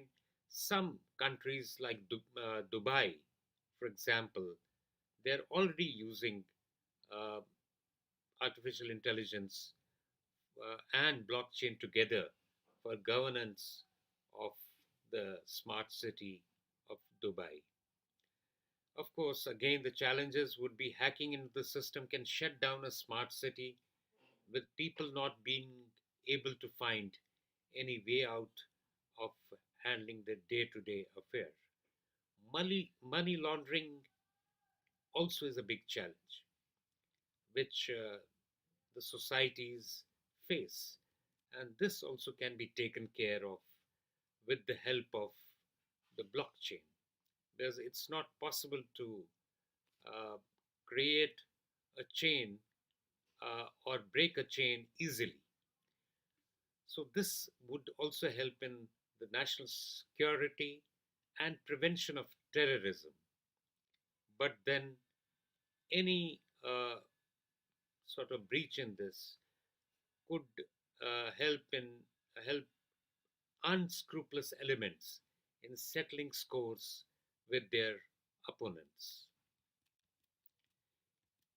Now, blockchain is also used in education. This is for prevention of fake certificates. This fake certificates pose a big challenge to uh, employers. And here, without the authentication to the blockchain, no certificate can be issued, and it can at the same time be verified as well. The challenges are any cyber breach can adversely affect the credibility of an institution. Disaster management is possible. For example, patient data protection, coordination among various stakeholders is possible, but at the same time, the challenges are possibility of remote interference in the rescue operation by forces inimical to the state. Smart agriculture using IoT also and dovetailed with blockchain can help prevention of adulteration, getting better crop yields, etc. But the enemy country can use this as a weapon during the times of war and border tensions. Controlling corruption is another aspect which uh, sort of is very important for any country, because that can strike at the vitals of the country. So, with the help of blockchain, you can have smart contracts, digital currencies, and proper record keeping. But then there is also possible that the corrupt people can get the whole system sabotaged through deep state. That is a major challenge. Again, big data and analytics is a big boon to the human society, whether it's in the healthcare sector for management of pandemics. We have seen how uh, applications like Arogya Setu have been helpful in tracking, tracing patients, and helping the citizens manage themselves during this period. It also helps in chronic disease management, but the challenges also could be a possibility of a remote sabotage by forces inimical to the states. Banking and security, it's possible to prevent security frauds and banking frauds in a big way with the help of big data analytics, because things can be tracked immediately and immediate action taken. But then the challenge could also be that it is susceptible to some severe cyber attacks, and instead of preventing frauds, some frauds can happen. Governance. There is a possibility for enhanced citizen engagement in governance when it comes to the big data analytics, and open governance platforms are used in many countries including US and now in India for citizen partnership in various projects and governance. And this also helps governments in reviewing the existing schemes. But again, the challenges could be cybercrime can sabotage the structure of governance in a big way.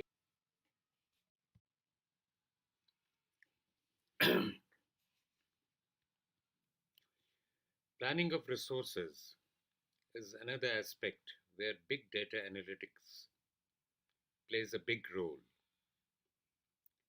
All the amenities can be planned in a system, in a city, optimizing on those resources and ensuring sustainability. These are some of the things that can happen with big data analytics. The challenges are the planning can go haywire in the case of an attack. The other applications of big data analytics is in security. There are opportunities like crime and criminal tracking system, which is available in number of cities in the country. Smart policing, this is another aspect. But then the criminals can breach the system. That is also a problem. Disaster management. Here, predicting events and in the process of mitigation, it's possible to make use of big data analytics. The challenge is that there could be false red flags due to cyber attacks, could suppress information in the case of breach. In the case of agriculture, there are big opportunities when it comes to big data analytics in terms of precision agriculture and farmers' information management system. The challenges are, again, vulnerabilities to the attack by enemies, which can compromise on food security. Mobility. When I refer to mobility, it means for transportation, the traffic control, route planning, revenue management can happen with the help of big data analytics, and a breach can result in a chaos in the system. In the health sector, again, there are a lot of applications due to Internet of Things, like the ingestible sensors to prevent side effects of a lot of medicines. These sensors have become very common and in an automated manner, medicine can be administered based on the need rather than as a routine. So we have implantable continuous glucose monitoring system and open artificial pancreas as well. Similarly, in the field of agriculture, as we mentioned earlier also about weather forecasting and precision agriculture, it's possible to have this system. Similarly, in the environment monitoring, prevention of hazardous material, cleaning of water bodies and waste management, water management, air quality management, it's possible to use Internet of Things. Again, for disasters, the disaster preparedness in a big way can be taken care of with Internet of Things as preventive measures and planning for disasters and search and rescue operations as well. Other applications of Internet of Things are infrastructure monitoring to prevent damage to flyovers, bridges. There is an Australian experience where a bridge in a creek, Sea Creek, has been there for years without any damage to it just because of Internet of Things. Financial inclusion. In India too, we have this postal rural ICT handheld terminals which act as practically mobile banking system as well. There are direct bank transfers involved in this process.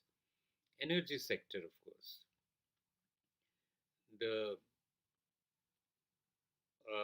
smart metering, which can prevent pilferage, smart power, peak pricing of the smart grids. And these are some of the benefits. But then the flip side is that an enemy can use smart grids to bring down the country on its knees. Revenue collection. All the high security registration plates, they are working on Internet of Things practically. And same is the case with the RFID tags, toll booths. The revenue collection happens in an automated manner.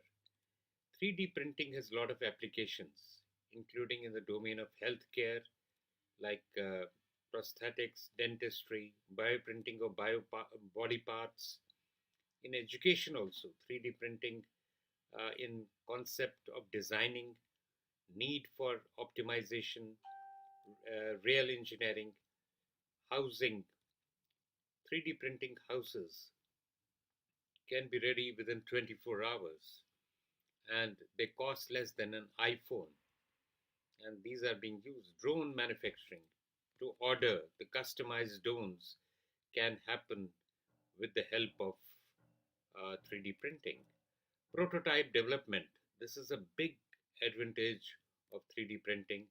Optimize on the jet engines, tools in the space, boost to MSME sector in a big way, and even for protection of the environment.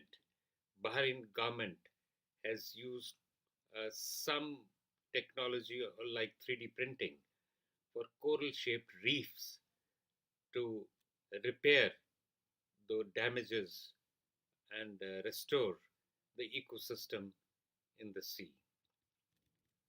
Now coming to extended reality, they have applications in healthcare, education, engineering, military, industry and manufacturing, entertainment, emergency response, and also in healthcare like post-trauma stress management, Parkinson management, patient phobia management, rehabilitation, special surgeries, robotic surgeries, and precision biopsies.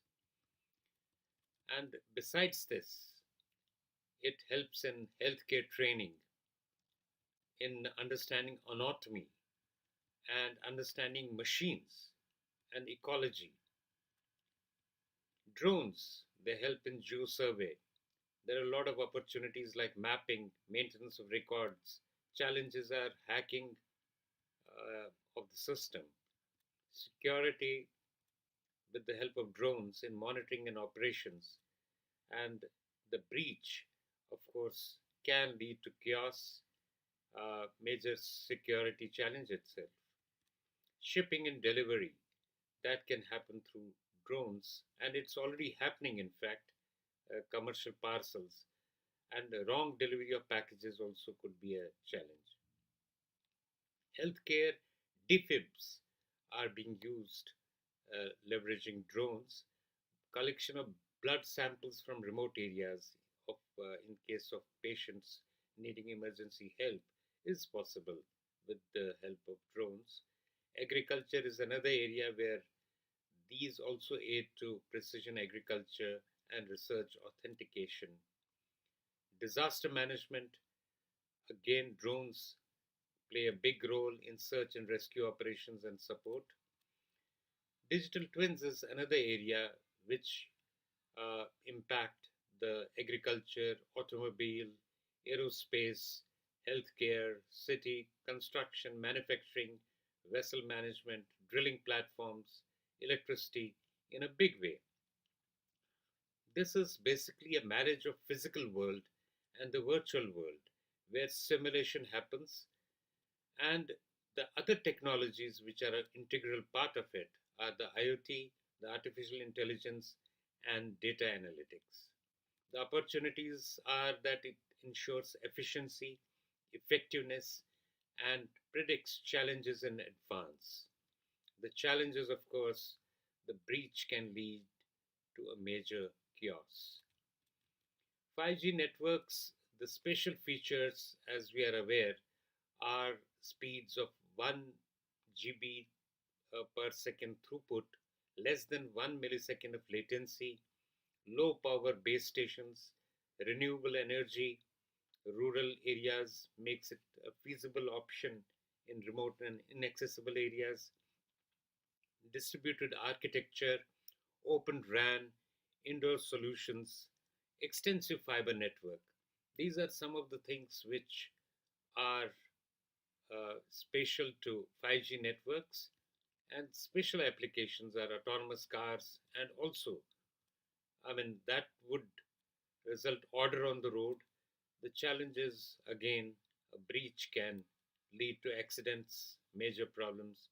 Similarly, robotic surgery, it can lead to complex surgeries being performed effectively, and challenges are that any bug in the system can threaten the life of the patient. So these are some special applications of 5G networks. The conclusions are that emerging technologies are transforming our ways, our lives in a big way.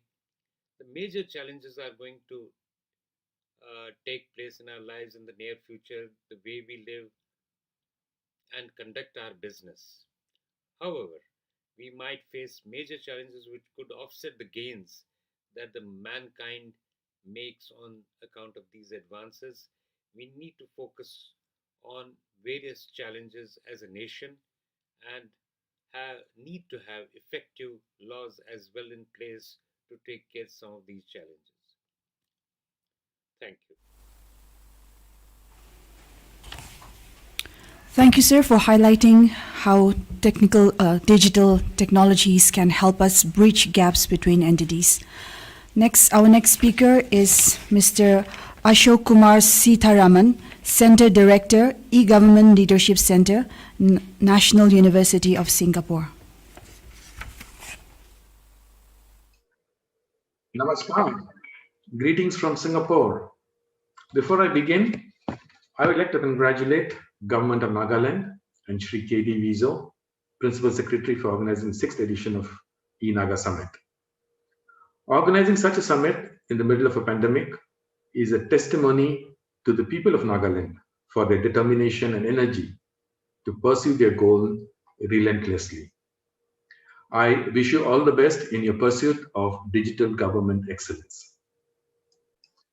This morning, I'll be talking on this topic of emerging technologies and its impact on future society from Singapore's perspective. Let me quickly introduce myself.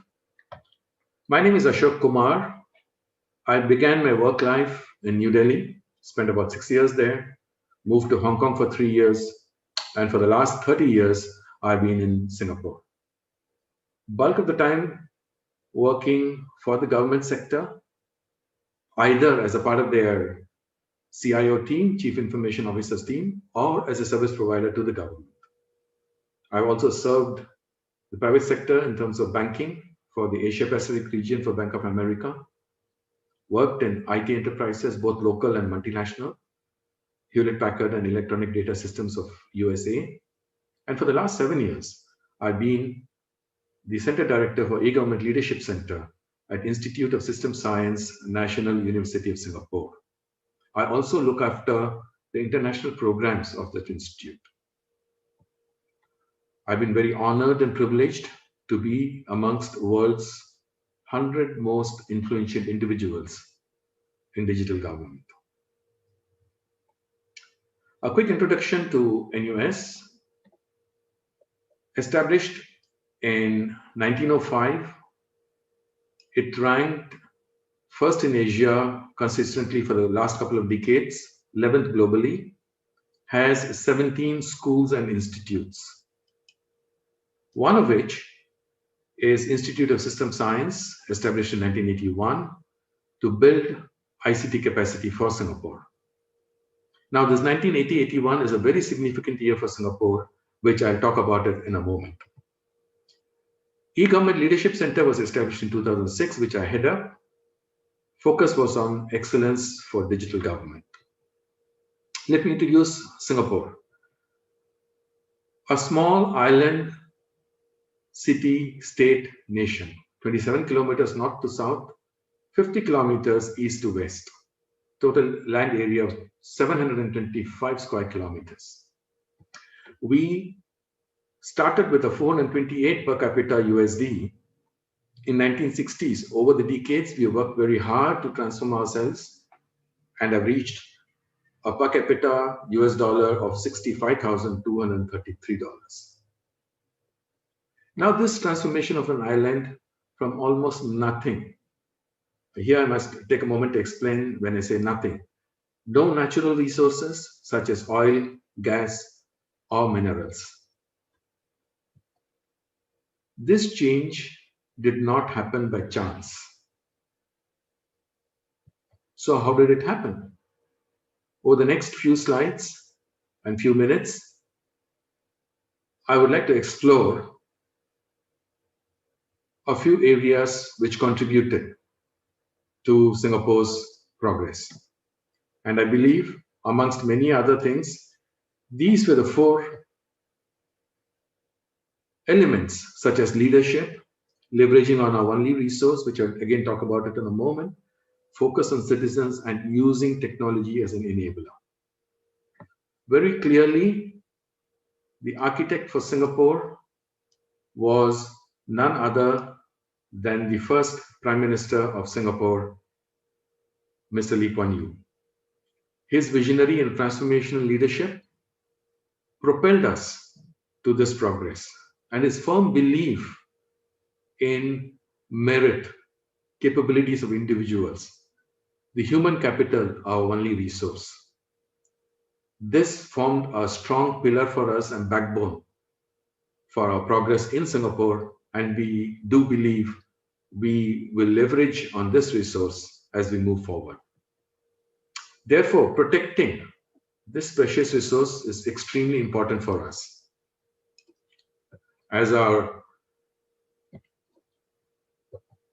Deputy Prime Minister, Mr. Heng, highlighted, we can't protect jobs that we made redundant by digital economy or automation, but we can and will protect workers, every working man and woman. And how do we do that? We have this concept of supporting individuals throughout their learning journey, right from early childhood to formative years of primary school, secondary school, college, university, most importantly, throughout the working life. And we adopt this principle of lifelong learning.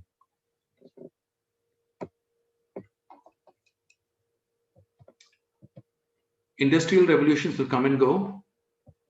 Technologies will change rapidly. Change will be the only constant. How do we navigate all this? We believe skills and lifelong learning will be the only weapon that we will have, which will help us sustain. Our transformation vision for Singapore is to be the world's first smart nation. And we define the smart nation as improving quality of life, creating a competitive economy, and sustaining the environment. Therefore, for us, digital economy or smart nation is not just equal to technology alone. Technology is just an enabler. Let us hear our minister who has captured this sentiment of technology receding into background as one of the key indicators for successful implementation. Launched by Minister in charge of the Smart Nation Initiative, Vivian Balakrishnan, in a virtual webinar. It's not just about adding bells and whistles, features, and other options, but to make sure it meets a need in real life. Ultimately, we want technology to recede into the background and instead for government services. And therefore, our focus on digital government is all about services. We started in 1980. Remember, I spoke about our institute being set up in 1981. When we started in 1980, we found that we did not have ICT capacity in Singapore. That was the year where Singapore government decided to use ICT as a strategic tool for Singapore government and as a nation. Institute of System Science helped to fill that capacity, and we progressed from automating to delivering online services and integrating them, improving our processes, deploying mobile solutions, and co-creating solutions with citizens and private partnership, supporting innovation and economic competitiveness. And 2 years ago, we published Digital Government Blueprint, which very clearly outlines several aspects of our digital government: who, what, and how. I would like to highlight two key principles, which is digital to the core, which is talking about re-engineering, re-architecting the platforms and transforming the services for citizens and businesses, and automating the processes with a personal touch, therefore services with heart and with empathy to citizens. We focus and identified 8 areas of emerging technologies and therefore the skills to be developed around this, which is to do with data analytics, cybersecurity, tech-enabled services, advanced manufacturing, finance, entrepreneurship, digital media, and urban solutions. We have developed Singapore government technology stack comprising of a combination of hosting platforms, middleware solutions, and microservices and APIs, which enables us to mix and match solutions and develop better services, better experiences, smarter processes, most importantly, faster rollout. Digital to the core, we move away from transactions to moments which are anticipatory, intuitive, easy to use experiences. In the past, citizens used to navigate G2C services as individual transactions in silos. But we have bundled the services under this new concept of moments of life, which is built around your wedding, you're getting a house, having a child going to the primary, growing up to join the military service, college, work life, and aging. And we have redefined and redesigned the services to encompass the whole of government and personalize these around the moments and the events of life for a citizen. Let me give you an example through this video. Government services. Before you tune out, tell you what, give us your attention and we'll give you a solution. Life SG. A simpler way to access the government digital services you use most in one smart app.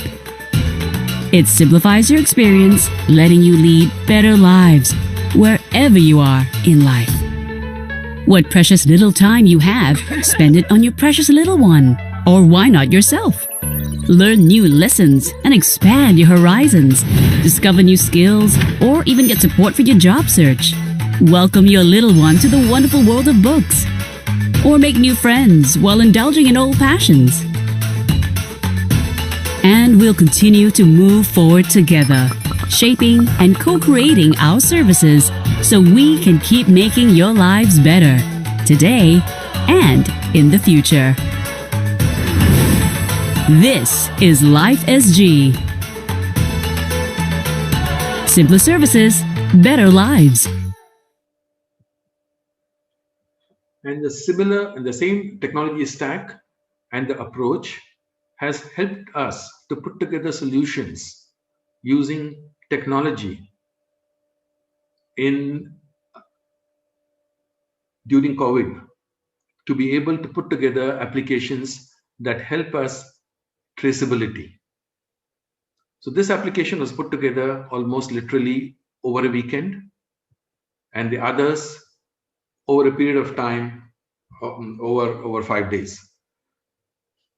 So this is an application which is mandatory to be used in Singapore, which is integrated with the digital identity to enable citizens and residents to log in and log out of facilities, which helps us with the traceability in a secure manner, supported and supplemented with hardware devices to help us do that. And to use the various technologies that we have, especially during this difficult health crisis, I've decided to play this video, which will give you a very comprehensive view of how technology is used, not for technology's sake, but to deliver services to citizens and to protect lives. Welcome to Ng Ching Fong General Hospital. Please proceed. Kenobi here is one of the new smart colleagues that the healthcare workers here at Ng Ching Fong Hospital can soon expect to work alongside. Please approach the staff on duty.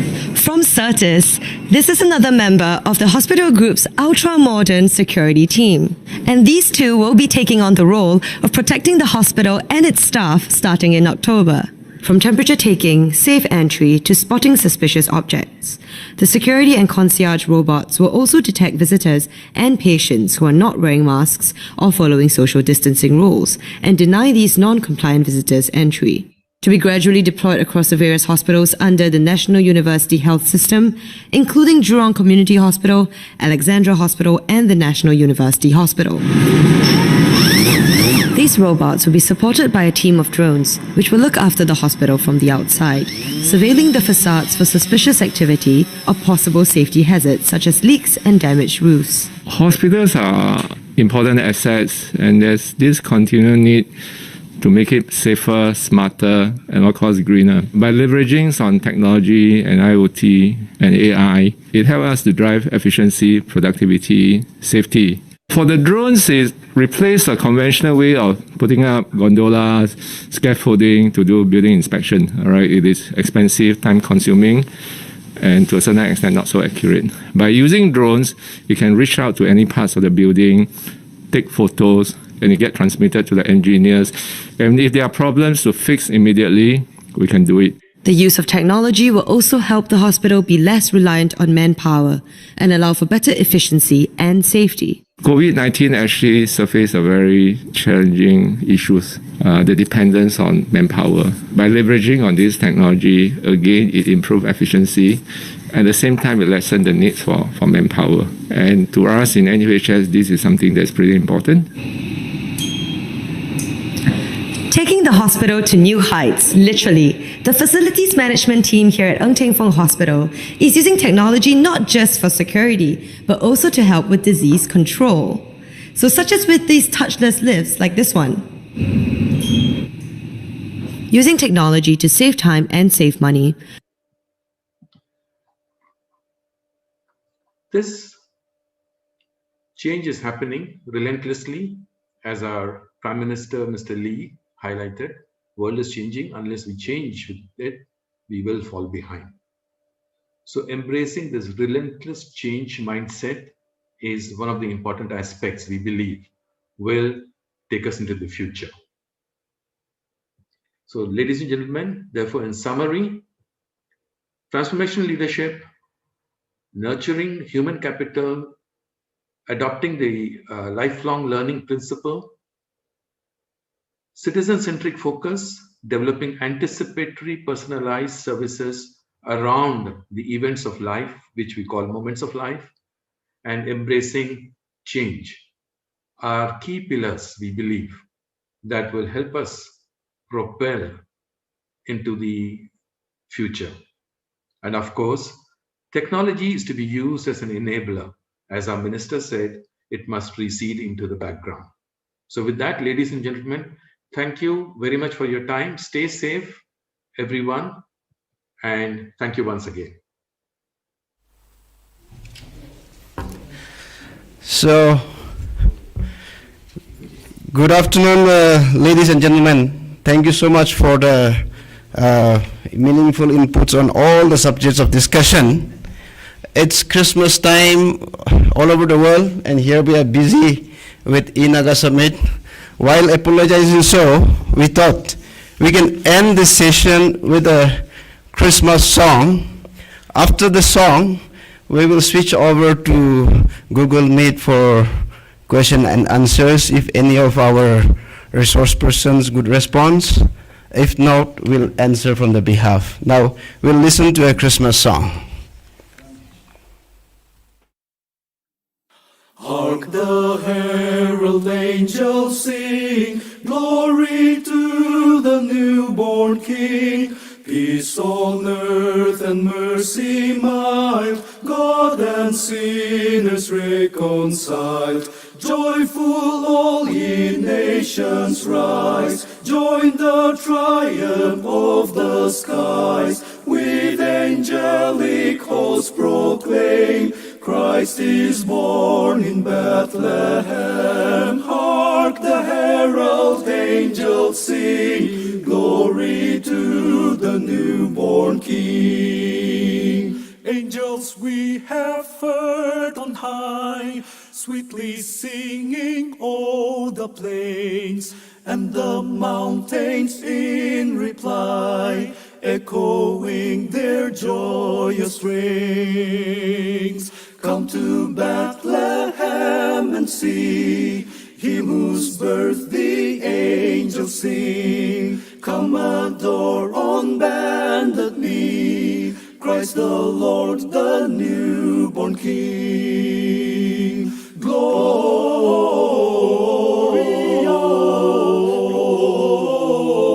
Gloria, in excelsis Deo. Gloria,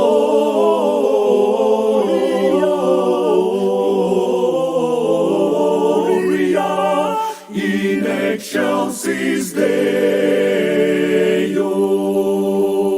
Gloria,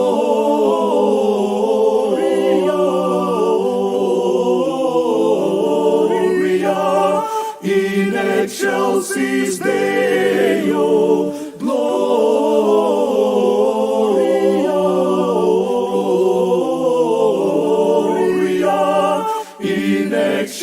Come ye to Bethlehem.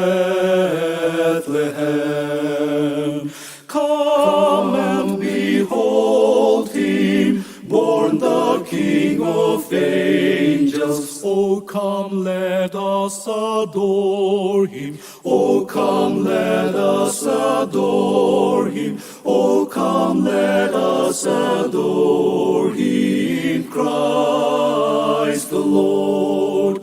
Oh, come, let us adore Him. Oh, come, let us adore Him. Oh, come, let us adore Him, Christ the Lord.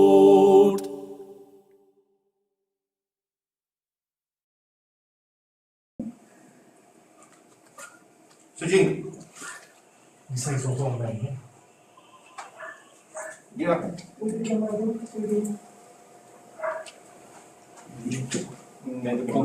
This is also online. Aida. Aida. Please, Aida. Search mic has to be put on. No, not this one. What is in there? I should. Search mic. Extend the screen. This online as well, sir. Sir. Ma'am, Lizette is also online. Okay. I will. So I will. Yeah. Yeah. Good afternoon, madam. Yeah.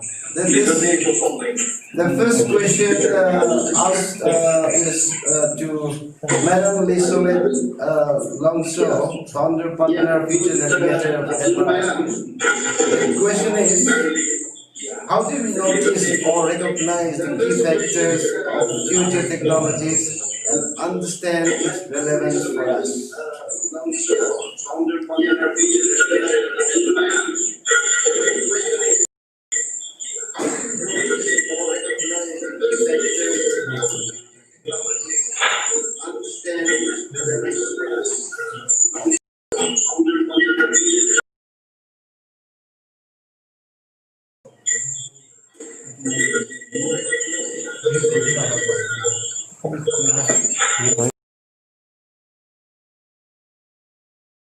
There's a small technical issue. Please wait for a while. Yeah. Yeah.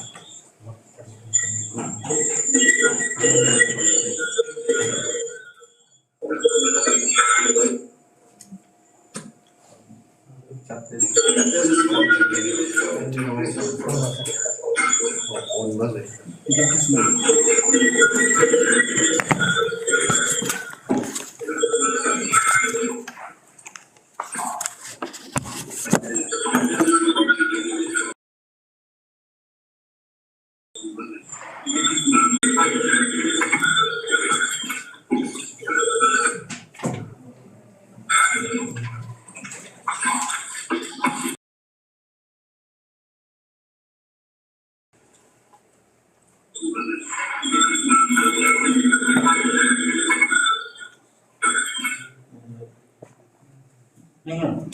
You have to log in.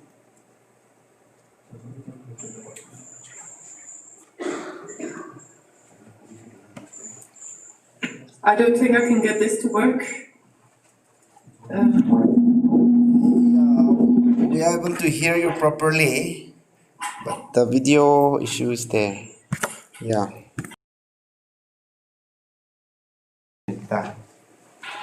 Voice.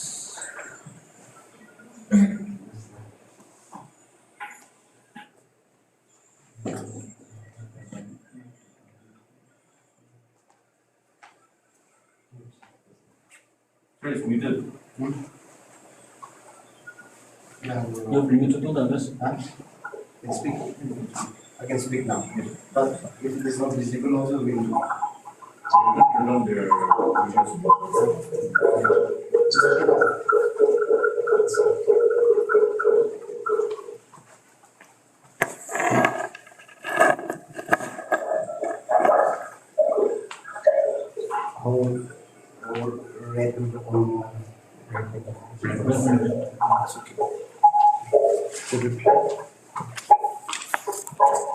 Hello, hello, hello, hello, can you hear me? Hello, hello.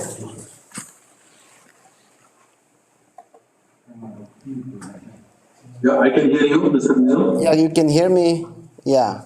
Yeah. Yeah, you can hear me. Yeah. Madam Linso, can you hear me?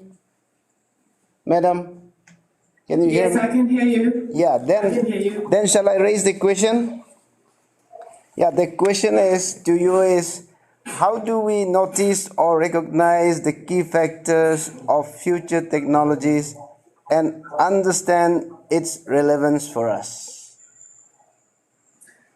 Well, it's a part science fiction and part science. So you have to combine the two. You have to start imagining what would be the implications. Usually I use the metaphor that you put a stone into a lake and then you see how many circles does it create in the water. So how is it going to impact the different areas? And thank you so much for the last presentation of all the opportunities and challenges. It shows a little bit the complexity.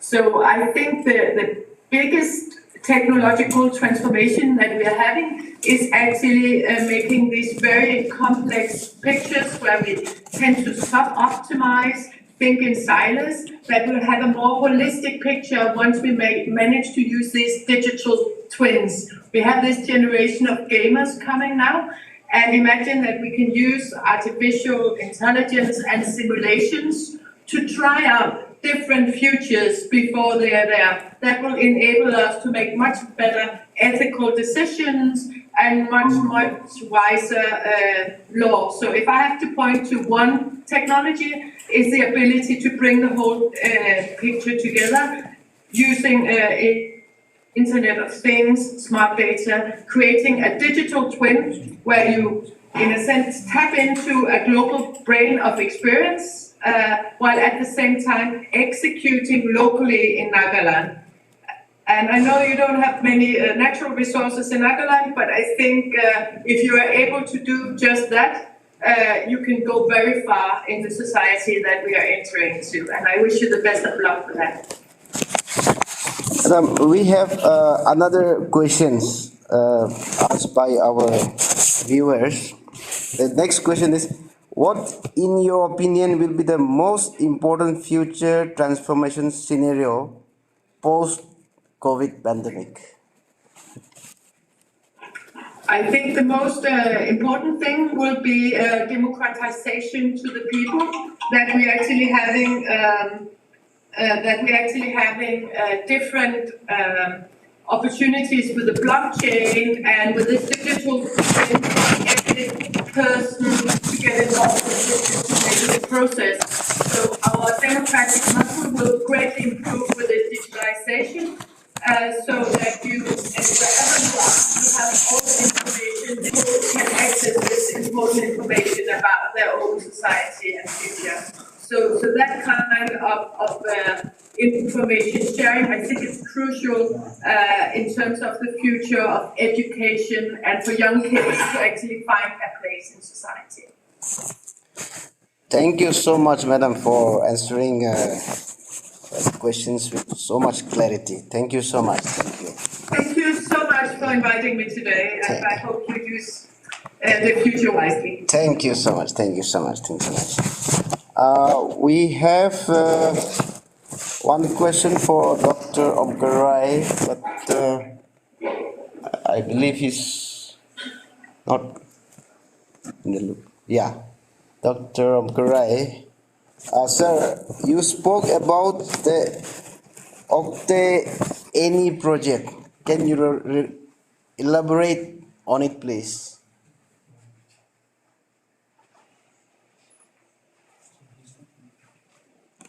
Yeah, he is not in Google Meet, I understand.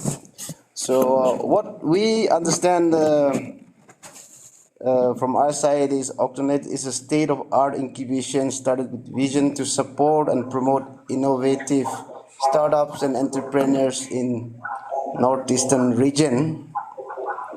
In the state of Nagaland also, the Software Technology Park of India is coming up, is ready, and it will be soon dedicated for students and professionals to learn emerging technologies, and we expect that IT will pick up in a very big way. Now, we have a question for Madam Sarah Fernandez, cybersecurity. The question says, many organizations are ill-prepared to deal with cybersecurity issues and threats, and cybersecurity is too often left to the IT departments or technical personnel. Can you share your thoughts on this point?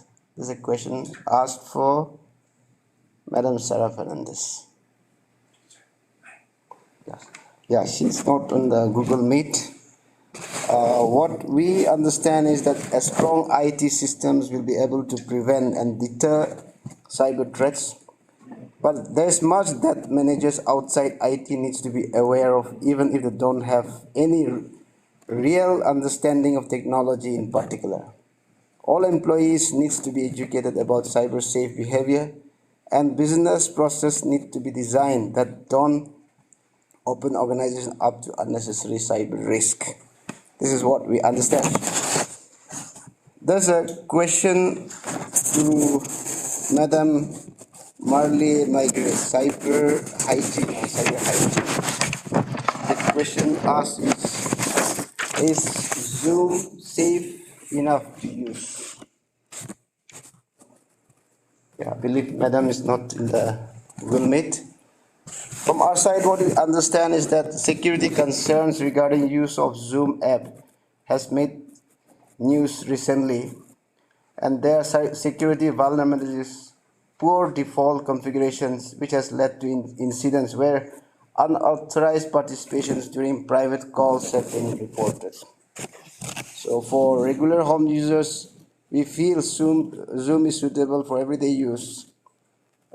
However, we do not recommend it for communication with high security requirements. There was another question to Madam, which says, what are the best practices for cyber hygiene? So she's not there. So in our understanding, it is advisable to create a cyber hygiene policy, and some good cyber hygiene practices are regular password changes, regular software updates, regular hardware updates, manage new equipments, and limit users. So this is what we feel. Now there's a question for this Nigel Anthony Eastwood, use of artificial intelligence. The question is, how will artificial intelligence impact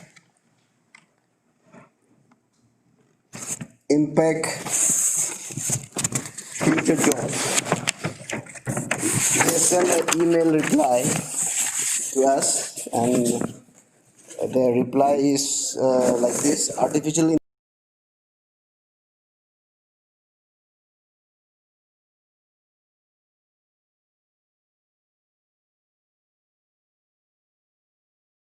deliver technology to the undeserved areas.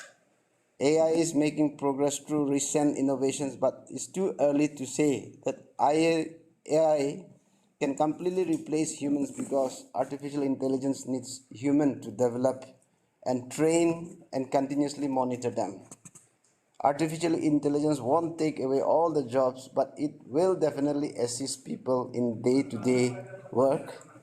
Artificial is all about making things more efficient, and let's hope that good things will happen through artificial intelligence. Now, we have one question for Madam Heli Aro Chabilan. The question says, which online tool or factor would you say has contributed the most for your success during this emergency situation in respect to education in Estonia? Yeah, Madam is not there, so since the question is about Estonia, it's very difficult for us to say so. But from her presentation, what we could make out that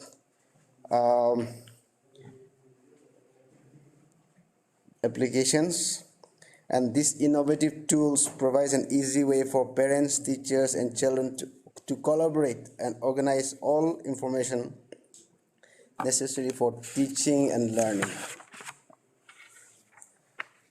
She's not there, but there was another pertinent questions where people ask, with our limited access to both technology and communication among students, which steps in the 5 first key steps highlighted by you will be most relevant for Nagaland? So while seeing her presentation from our side, we feel all the 5 keys are indeed important, and there's no shortcut. We feel maybe we can prioritize information sharing in such a way that all necessary information regarding new situations are all put into one website where there is special section for school students, teachers, and ways of getting practical informations. Now,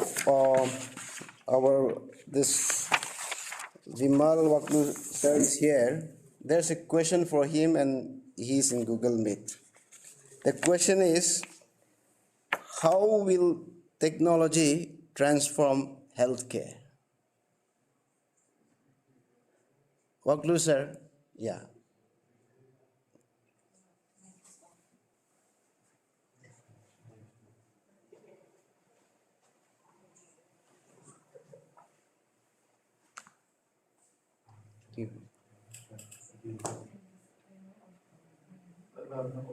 Yeah, the question is, how will technology transform healthcare?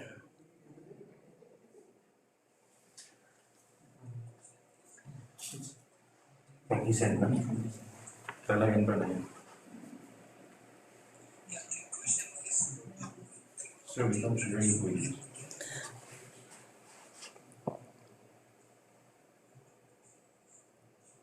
Sir, we don't hear you, please.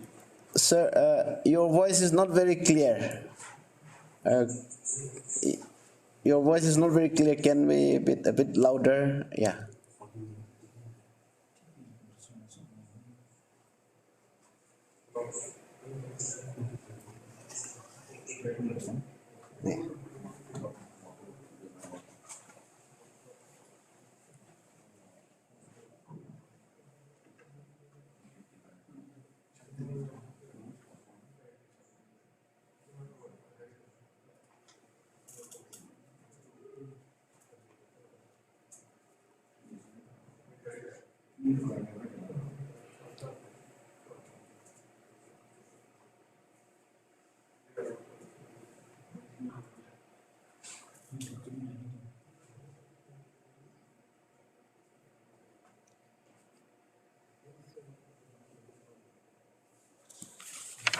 Yeah.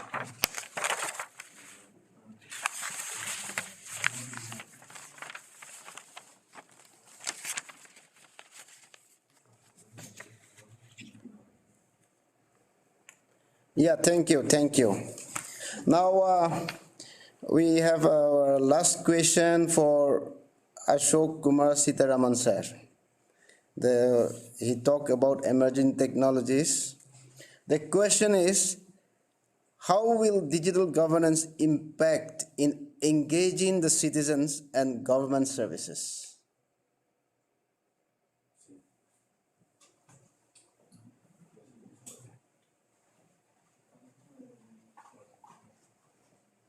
Sir, please hold on a minute. Please hold on a minute. Sir, it's OBS setting. OBS. Please set the camera set up now.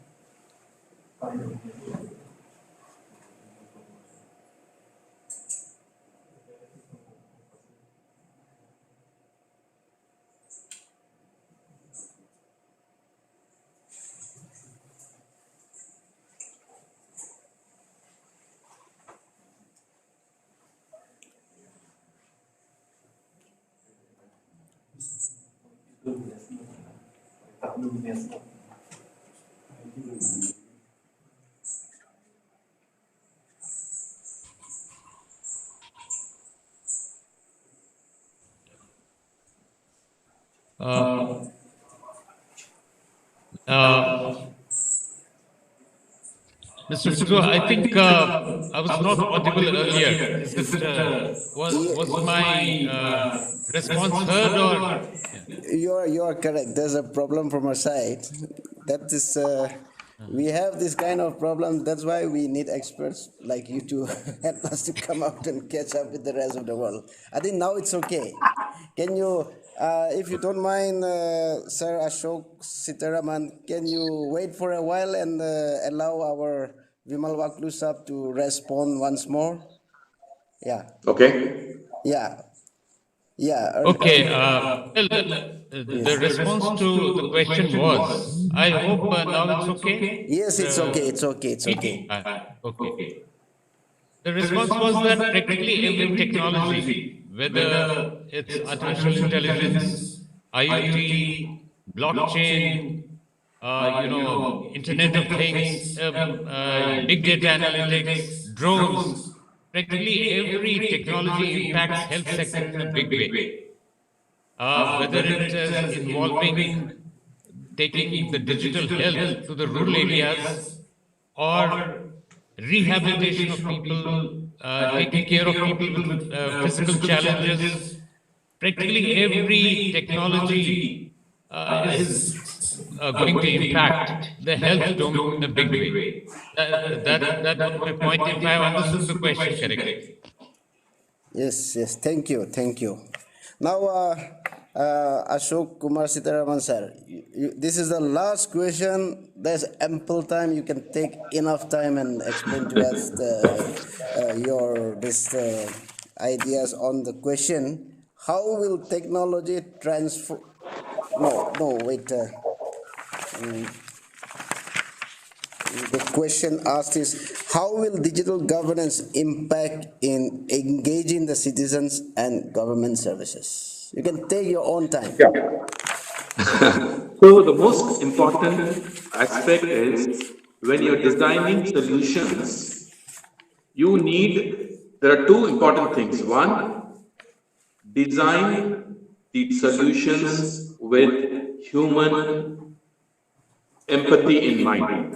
Okay, so designing solutions with human empathy, that's what we call designing solutions with a heart, is extremely important, number one. Number two, if you are not able to deliver value to your citizens, they will not use those services or solutions. So you need to make sure that you design solutions which are, now we are aiming to make it anticipatory, right? And that is one of the conditions for getting a housing in Singapore, public housing, right? When the child is born, at 5.5 years, you know the child has to go to primary school. So you have the information with you. How can you make use of that information to proactively anticipating the needs of the citizen? You design these solutions such that it helps the citizen to make decisions and delivers value to them. And that is how I believe for us, we are aiming to we're spending a lot of money and time in order to do that. And we are looking for three things. Improve the quality of life for citizens. And what we mean is education, access to health, transportation, number one. Number two, creating a vibrant economy. Right? That's very important. Creating a trusted environment for Singapore, infrastructure, etc. Number three, sustaining the environment. We believe these three are important focus for us for digital government solutions and to create those transactions which are anticipatory in order to engage and deliver value to citizens. Mr. Vizu, over to you. So that is the last question, and three of you are in Google Meet. No, you're muted. Yeah, Madam. Mr. Vizu, you're muted. We can't hear you.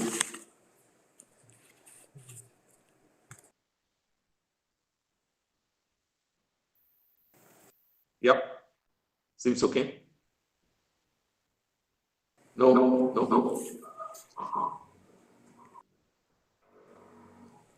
Hello. Yeah. Can you hear Seems me? okay now. Can you hear me? Yes. Yeah.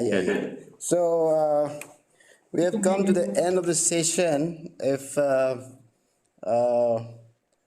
Madam Lisolet or Vimal Wakley, if you have any concluding remarks, time is still there.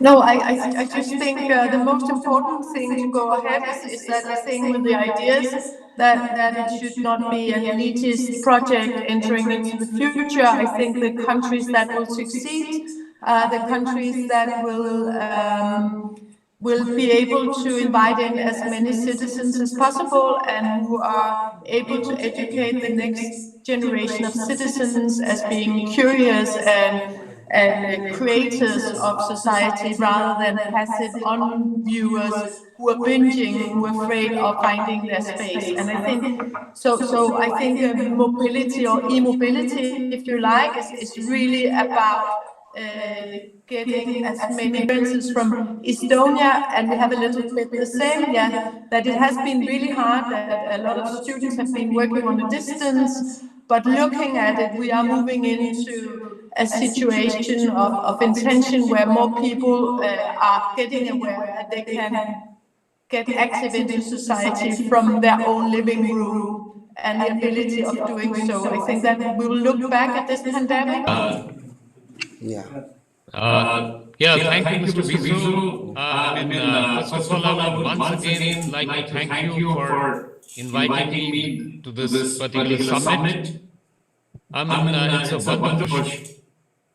The future of Nagaland is really bright. And whatever way you feel that we can contribute with thoughts, ideas, it will always be a pleasure. Thank you so much. Thank you so much. We'll just conclude in another 1 minute.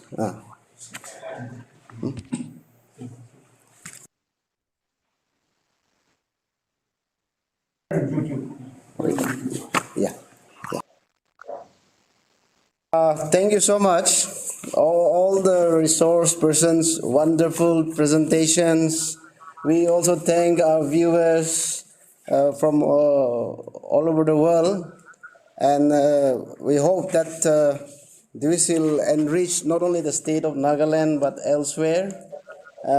In the coming days, we will be again organizing this e-Naga Summit at almost the same time next year. We will be in touch with all our resource persons. We need your guidance and support to catch up with the rest of the world. Thank you very much for all the valuable inputs. And as I said earlier, it's Christmas time. I take this opportunity to wish all of you Merry Christmas and a very, very happy advanced New Year. Thank you, and may God bless you. Thank you. Thank you.